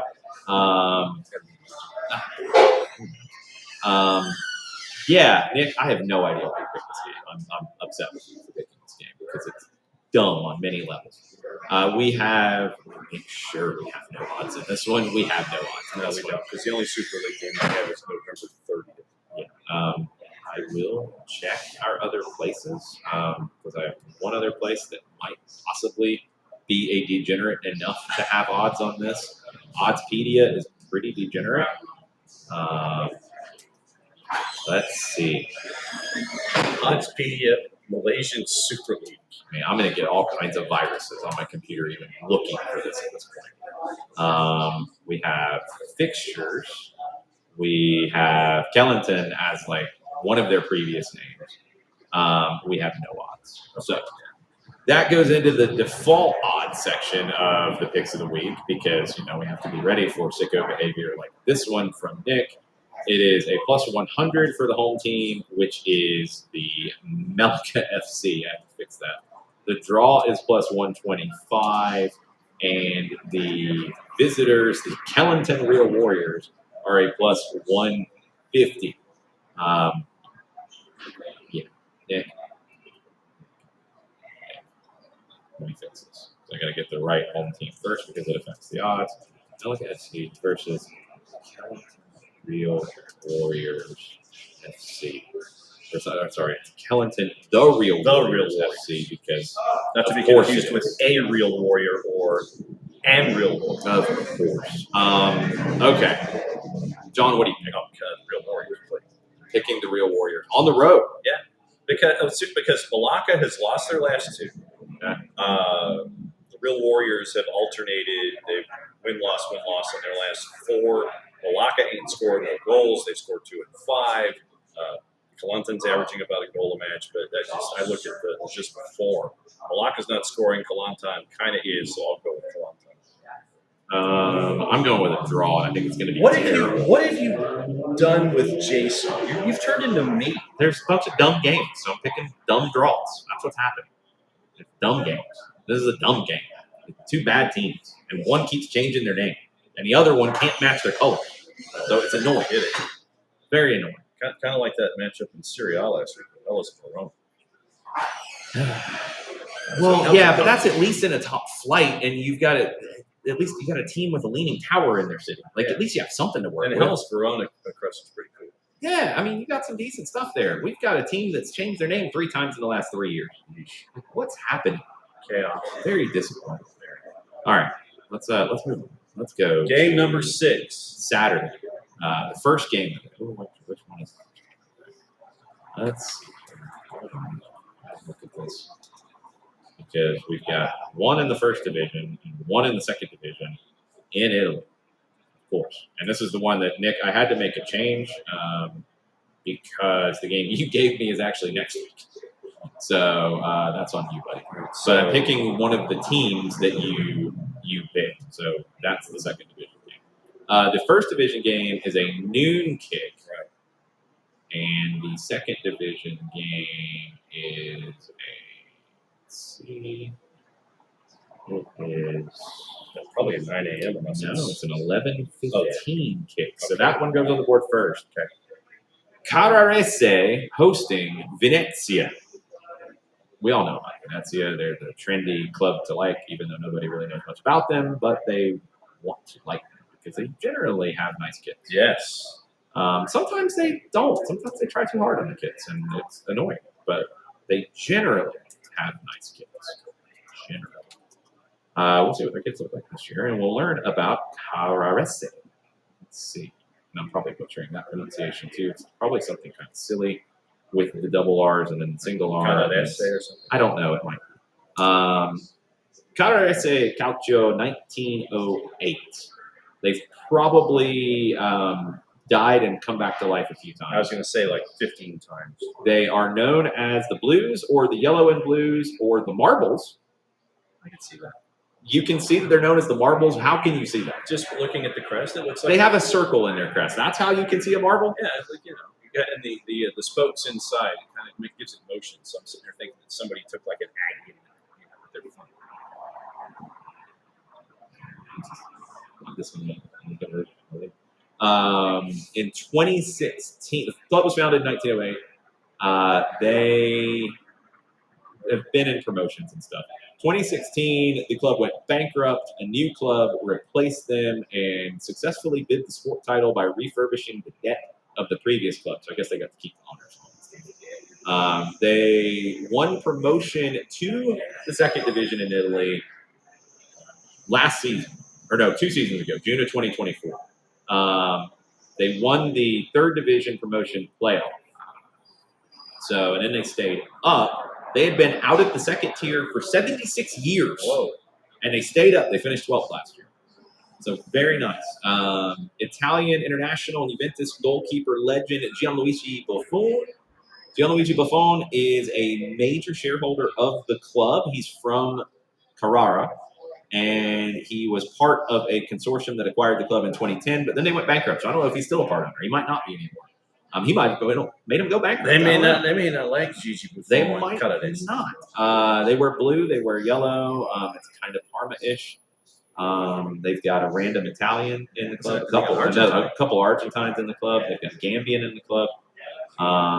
Allegedly, these rosters might not be up there.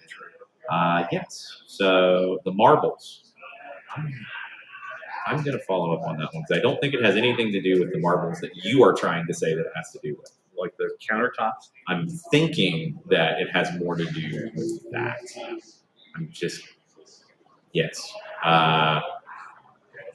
Yes, it is about the marble that is a type of white or blue-gray marble popular for use in sculpture and building decor, and it is from the city of Carrara. There you go. Yes, it has nothing to do with a circular thing in their logo that looks like a marble to you. It's like an aggie. Yeah. What? Like marble type. It's an aggie. It's like the round marble. Yeah. Yeah. The ones that you would shoot. I did not know they had names. Yeah. An aggie. Fine. You keep going there, and I'll do the marbles. Is this what you played in elementary school in the 1920s? Correct. Okay, just check. Because I'm baffled by all of this. Venezia, look, we've gotten to know Venezia over the years. They've kind of bounced back and forth. I believe there's Margot in Venice as well, but we're not going to go there. Venezia right now, just so you know a little bit of their history, the Orange, Black, Greens, that's one of their nicknames. I mean, it's very specific. Sure. The Winged Lions I like better. The Lagoonal ones is even better. We're not going to call them the people from the lagoons. They were founded in 1907. Then they were refounded in 2005. Then they were refounded again in 2009. Then they were refounded again in 2015. Now they're pretty stable. They got relegated last season out of Serie A. They wear orange, black, and green because they're known as the orange, black, greens in Italian, of course. It's been sort of up and down. They've been a bit of a yo-yo in this new era, the fourth era of Venezia, where they keep going bust and coming back.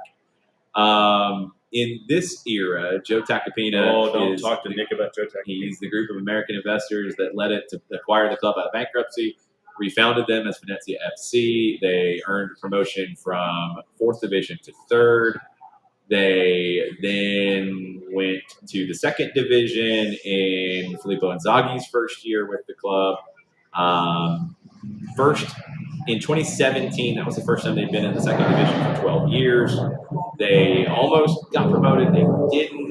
Inzaghi left. He went to Bologna. They went through 3 coaches in 2018-19. Walter Zingo was one of them.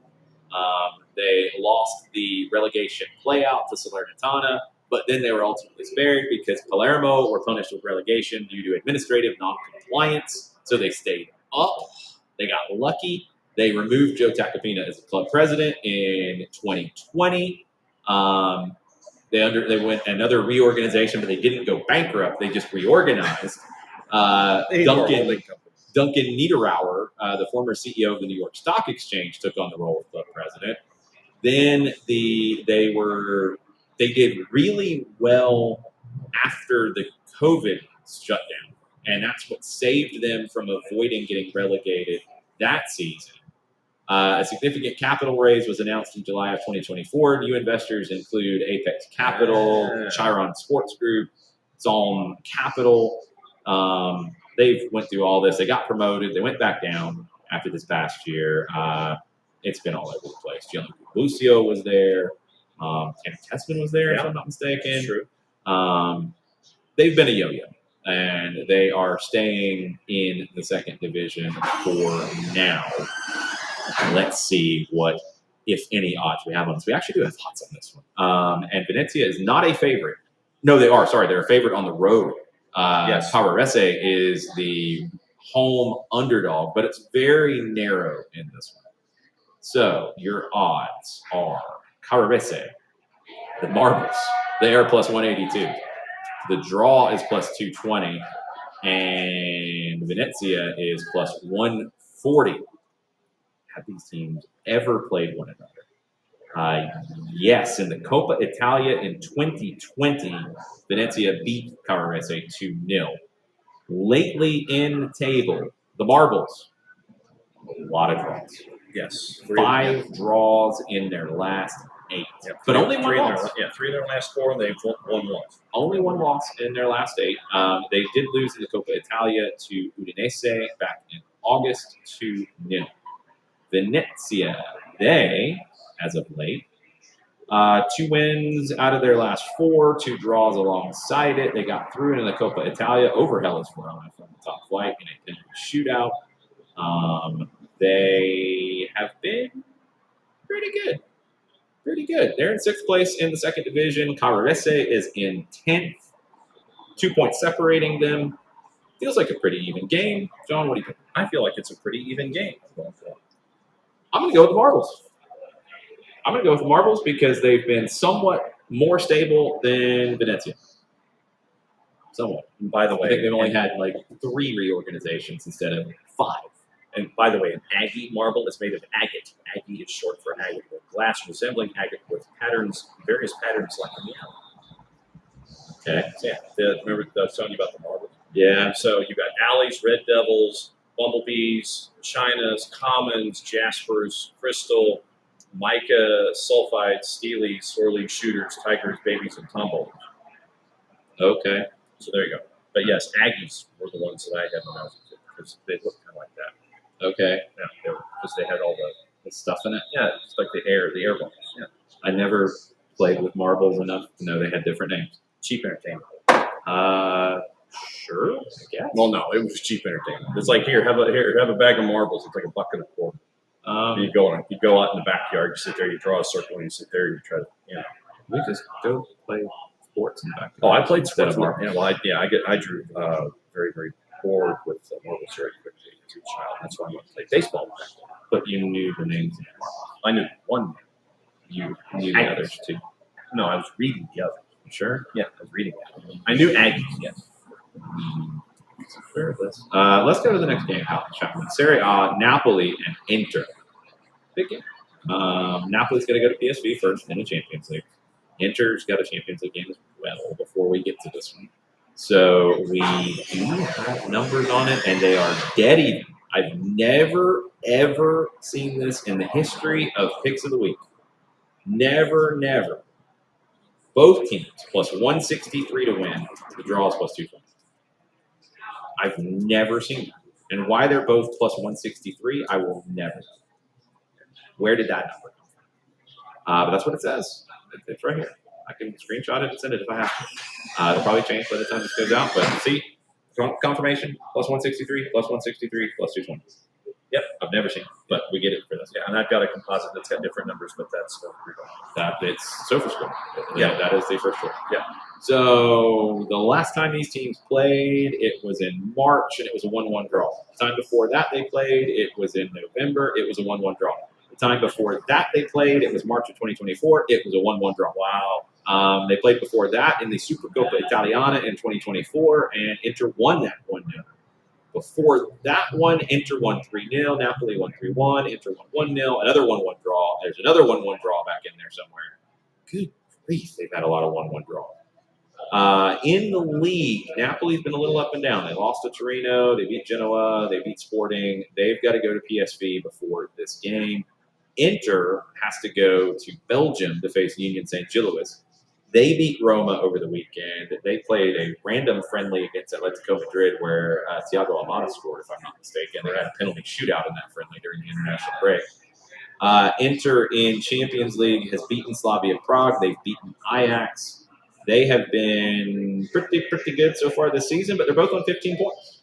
Inter's won 4 in a row in the league. Napoli has won 3 of 5. The odds are the same. Yep. What do you pick? Inter. You dirty cheater. I am a dirty cheater. I'm picking Napoli because I can't pick against Napoli. And I could never pick Inter. Nick might fight me. So he'll fight you instead. Okay. Sunday, the big game of the week. El Clásico. We're going to Spain. We're going to Madrid. It's Real Madrid and Barcelona. Real Madrid leading the La Liga table at the moment. Barcelona right behind them, 2 points back. Real Madrid, 8 wins out of 9. Barca, 7 wins out of 9, but they've got a loss mixed into that. Head-to-head, as of late. Barca won last time 4-3 in a drunk, stupid game on May 11th. Copa del Rey, Barcelona won that 3-2. That was drunk and just slightly dumb. Supercopa de España, Barcelona won that one 5-2. That one was exceedingly intoxicating. La Liga before that, Barcelona won 4-0. Real Madrid's last win against Barca was April of 2024, a 3-2 win, and that was the end of a 3-game winning streak for Real Madrid. So Barca right now is on a 4-game winning streak against Real Madrid. Real Madrid has not lost in the league this season. Or sorry, no, they've lost 1. They lost to Atleti 5-2 in a very drunk, stupid game. When have they not been drunk? Real Madrid's too drunk and stupid because their defense isn't that great all the time, but it's pretty good sometimes. It's just inconsistent. They beat Kairat Almaty 5-0 in Champions League last round. They beat Marseille 2-1 in their first Champions League games. The only blemish right now is that loss at Atleti, which is a pretty big blemish. They do host Juventus, who is just a walking blemish right now in Champions League in the midweek. Barcelona hosts Olympiacos before this match. Barca 2-1 win over Girona. They lost at Sevilla in a bad loss. They lost to PSG in the Champions League in the midweek before that in a not so bad loss. PSG's kind of good and stuff. They had won 5 in a row before that, including a win at Newcastle in Champions League. Their other blemish in La Liga is a draw with Rayo Vallecano 1-1. back on August 31st. So your numbers on this one. They are, yes. Real Madrid is a plus 105. The draw is a plus 280. Barcelona is a plus 230. That's really tasty. Yes. What are you picking? I'm going draw. You're going draw. Drunken draw. Like Well, I think it's going to be drunk. I don't think it's going to be a draw. I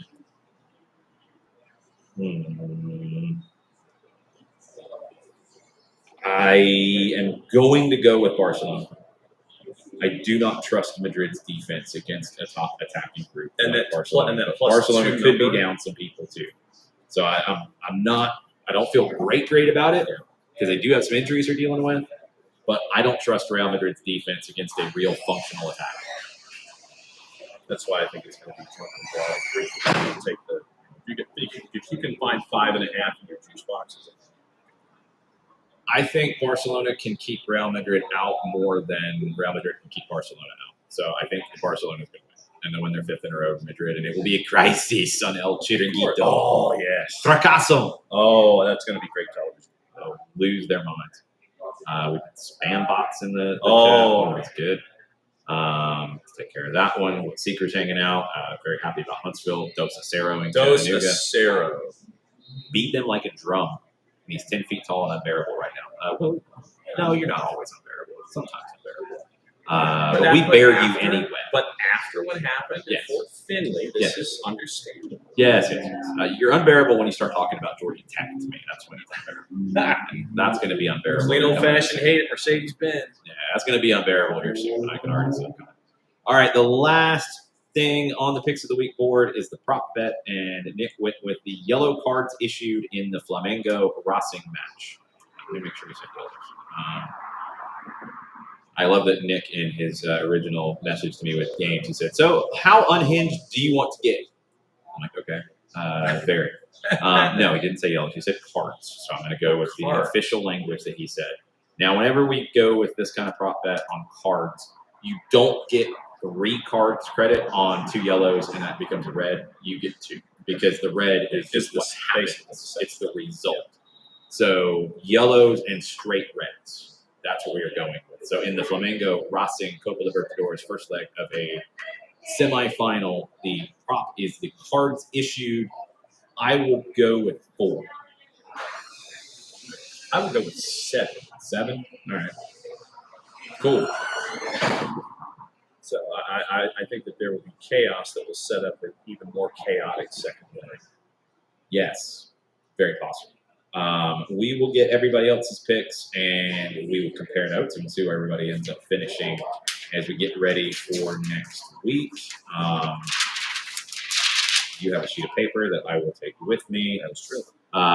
Jarrett will share this with the Twitch pitch unless you sickos already did it yourselves, which if you did, good on you. Good on you for taking notes every day. I'm still shocked that I'm on the plus side. You've been pretty good. You've been generally like in the top half of the group each week. I've been bad except for 1 week where I was awesome. That's about how it goes. Sophia's been really good. She's low key. She's just kind of Sophia just puts the picks in, doesn't say much, just doesn't run any smack. She just does her thing. Yeah. All right, so we got to check up on the news of the chaotic before we finish up and see if anybody has been chaotic as of late. We'll start with our good friend Nicholas Bentner. Let's see if he's done anything lately. Probably not. No, he hasn't. He's been boring. Well, harumph. I mean, I don't know what he's up to. He's probably laying low, and when he does pop back up for air, it's going to be just amazingly awful. Yeah, probably. Let's see about Mauro Icardi. So, there was a rumor about him going to Peñarol in Uruguay. The president of Peñarol denied the claims and said, "For a while, many people who haven't spoken to me have written to ask me about this issue, but nothing has happened. We are not considering him for our team. He is not on our transfer list." They don't have money for something like that. I mean, they could sign him as a free at the end of the year, but Because have the money to do What that. was it? 12 was the last number that we were looking He's at? making a lot of money. Yeah. Torino has reportedly looked at this. This is an old one. I don't think we talked about. No, we didn't. I was looking at that. Well, I think we missed that one. So I think I don't think it's as bad as it looks. I think it's just the way it's translated. Stuff here. Yes. He's been declared a debtor by an Argentine court in his child support case with ex-wife Wanda Nara. They were married for 10 years, separated in 2024. He moved on in his personal life with China Suarez. She moved on with a rapper. According to a journalist, he was officially recognized as a debtor for unpaid child support in the Argentine courts. As a result, if he attempts to enter Argentina, he won't be allowed to leave the country until the payments are settled. Oh, I guess he's not going to Argentina. So he can't spend time with his daughter. She lived with Wanda in Argentina. But scored a bunch of goals in Turkey. So there you go. Good job. You're not allowed here. I think Wanda, on her end of things, is, I believe, hosting a MasterChef show in Argentina. She talks a lot to the media and says a lot of things she probably shouldn't say publicly. Yeah. Let's see. Yeah, there's all kinds of stories about Wanda. You probably shouldn't look them up. Just saying. Lots of things. Yeah. Mm-hmm. There were accusations of her sharing videos she shouldn't have shared. Whoa. From other people. All kinds of stuff. Wanda's a mess. Yeah, don't do it. No. Just don't do it. It's bad. Yeah. Wanda, if Nancy Reagan were confronted with Wanda Nara, it would be just saying. David had a question. Late at the party, how's the SDH lager? It's excellent. I was going to ask you about this. I've been sipping on it today because I had too many yesterday. Well, and full disclosure. Full disclosure? Yes. Okay. Yesterday, after we had the morning special. Yeah, yesterday was a long day. Saturday was a longer day because I had 2 games before I got to Mercedes-Benz Stadium. And then the Atlanta United DC game, which was not fun. And then all the post-game stuff, which was not fun and sad in different ways. Got a chance to interview Brad Kazan, which was cool after he did the press conference. So we got a chance to chat with him, and he was great. It's on the full-time report if you missed that. Brad threatened everybody that he said if they gave him a hard time that he would come back and beat people up, basically. So we've got that in our back pocket if we ever need it. No, he was great. Just a weird day all the way around. And then, look, it's not too hard to figure out what's probably coming. And it did Saturday or Sunday morning, 9:35 or so announcement of Ronnie Dyla being let go by Atlanta United. As I've said many times, I said it on SDH, I said it on 92.9 yesterday.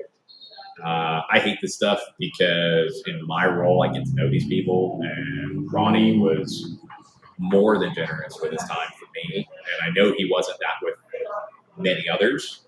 I never took that for granted. So I had a great conversation with him on Thursday after his press conference. So, it's sad because you get to know him and I believe in what he was trying to do and it didn't come off. And as I said yesterday, I think when you look at underperforming your XG by 15 and underperforming your XGA, expected goals allowed, when you underperform that by 10 plus, it's not as much on the manager or his ideas as it is on the individual players. And look, it's easier to change the manager. You're going to have to change some of the players too. It's not going to be a fun offseason because you're going to have a lot of people who are not bad people who are going to lose their jobs. And this is why, I do get annoyed, and I think I make it kind of clear that I do in some of these cases because I think it's very easy on the outside to forget about the humanity of these folks. I can't in what I do, and I get to know them in a different way than normal fans would, and I understand that. But, yeah, it sucks. So yesterday was not fun at all. Saturday wasn't fun because you knew Brad was leaving and you thought other people might be leaving too. You find out that on Sunday they are. And it wasn't fun. Hustled up here after doing our SDH show to the brew house. for the Liverpool-Manchester United game. The Little Five Points Halloween parade was going on. That's why John couldn't make it here. Yeah. I was driving around the neighborhood for an hour trying to find a space to park, and that did not exist. There was one moment, and it was this 30-minute block of time, where you think you're going up a road, and you think that you can go make a left turn, and you can kind of work your way to the outside, and you can find a place to park. So I go up this one road, and you have cars parked on either side. So clearly it's just one lane up, one lane down. And everybody has kind of turned it into a one-lane road heading up this way toward Warren. And all of a sudden, traffic stops halfway up the hill. And we see people attempting to try and turn around. And we see an Atlanta police officer come walking down the street telling us, you've all got to turn around because it's blocked up there. And it's basically just Because there's a parade. yeah, a couple blocks behind us is the end of that street. Yeah. And the APD officer is just like, nope, you're all turning around and you're heading back. Because there's a parade. Because there's a You parade. could not go. No, you could not. And so the folks who were at the closest point to Moreland, they're trying to back up.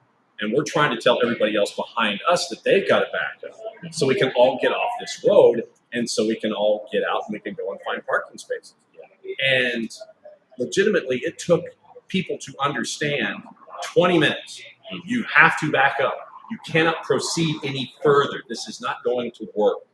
And then you had people trying to figure out if they had to do a Y turn and face downhill so they could face leaving in the correct direction, or if they just wanted to back up and just sit there and put it in reverse and just back down the hill. And I almost get into an accident with the person who was in front of me going up the hill, deciding not to do a Y turn and face me. This individual just wanted to kind of back up the entire time, and they almost smashed into my front bumper. And I'm literally going like this, into the woman's rear camera. It's like, stop. And she had a new car. She's like, stop. And it was chaos. And so after people were parking as far away as Paideia, That's kind of far. the Paideia school, I could have walked. and people were walking from the Druid Hills Golf Club to come here. I could have walked where I lived. This is what I'm saying. And I So messaged I knew where to go. I messaged Jason and I said I could have parked at your apartment and walked and still had a really good parking space. But fighting all the battles that I was, and I passed by his car and he got a really good parking space. I did good. I could not find a place to park, and so I kept driving out in the outer perimeter and couldn't find a place to park. And so I went home and edited Red Clay. So he went home and did work. I was up here with lots of folks. It was very cool. And what was the coolest thing about it with the debut of the beer was Nofo Brewing. That's who we partnered with on the beer. It's exclusively available here at the brew house and at Nofo Tap Rooms. Nofo was here for the parade. They had an outside bar in the parking lot and went through, I think, 3 kegs in the outside bar. That's awesome. Sold out everything in the outside bar. Had to shut it down earlier than they thought they were going to because everything sold out there. We're still a little bit inside. That's why I'm having an around the corner lager tonight. It did really well. And it was very cool, like talking to servers, talking to people. People would try it, and it's awesome that the people up here were telling people about it, and they're hearing about like, oh, let me try that, and then they got more because it was good. It's exactly what we wanted it to be. Full credit to the crew at Nofo for putting this together. When I talked to Joe Garcia about it and kind of what we envisioned for it, we wanted a beer to have while you're watching a game that is light, is just a simple, easy drinking lager, and they nailed it. I don't really, I'm not a huge IPA fan.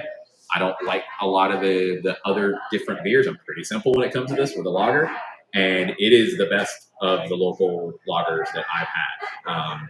When it becomes available in cans, it will be my purchase in stores, and hopefully that's going to happen before the World Cup next year.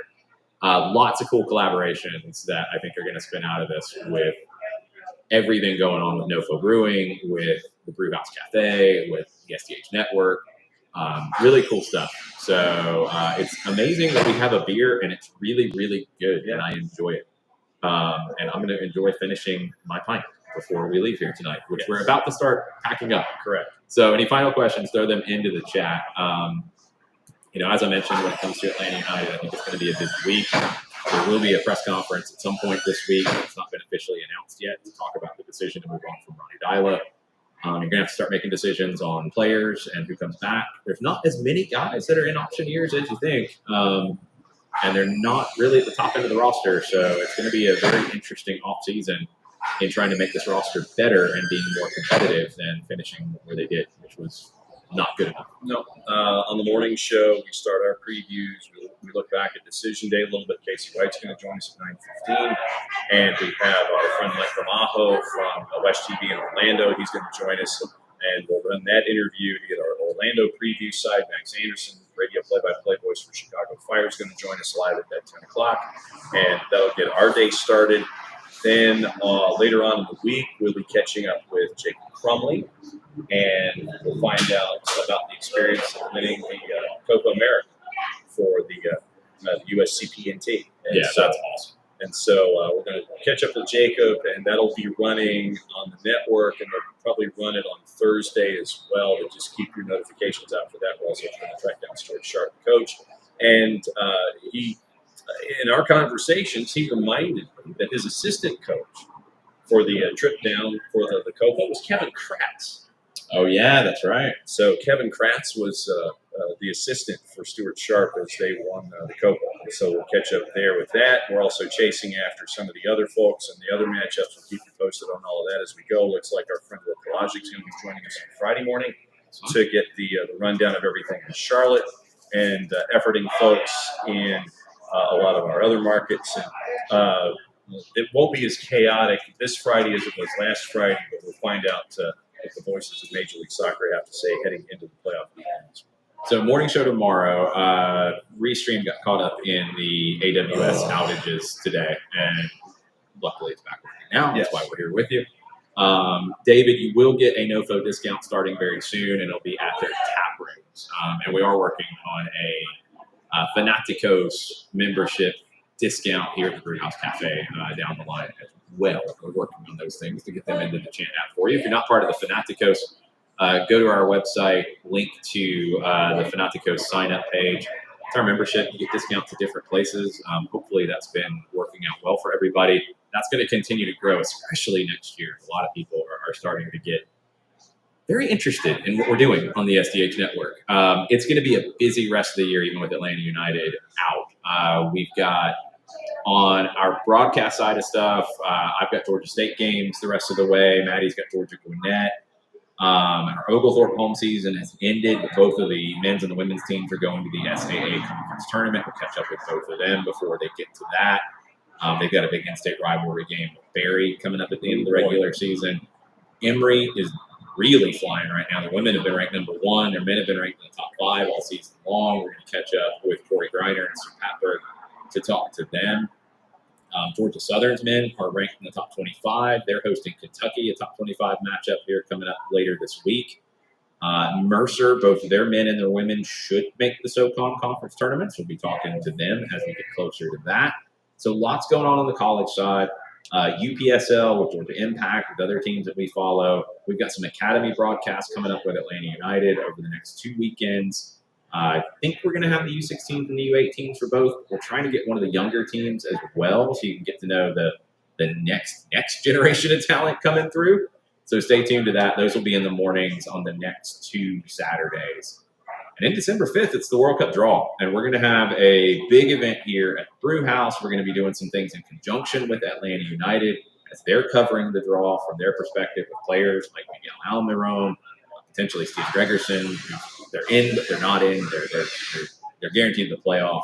Italy would have to win games by like 20 to flip the goal differential. So Norway's essentially in.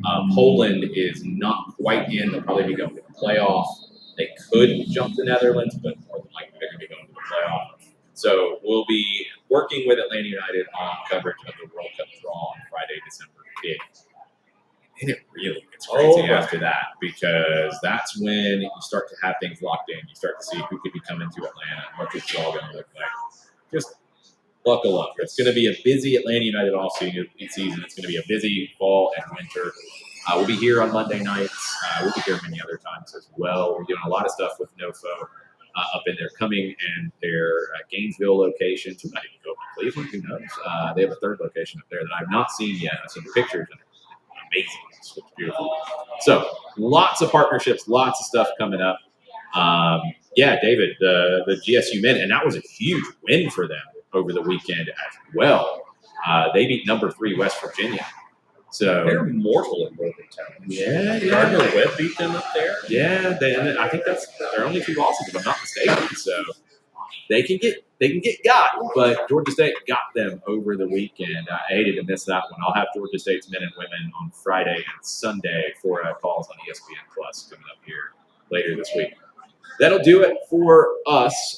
Yeah, Will, I know that would be perfect if the U.S. was in Philadelphia on July 4th, but yeah, the U.S. is going to be out west.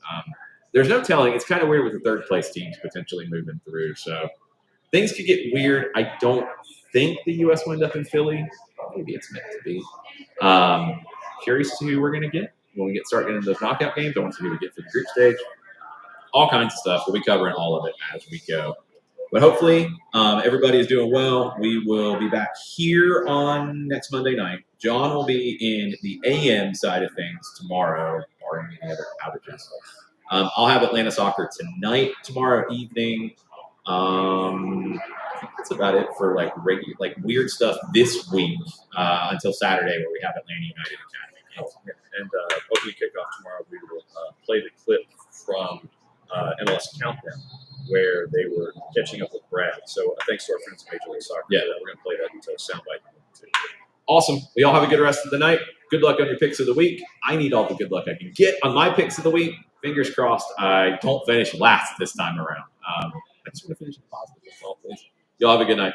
Adios.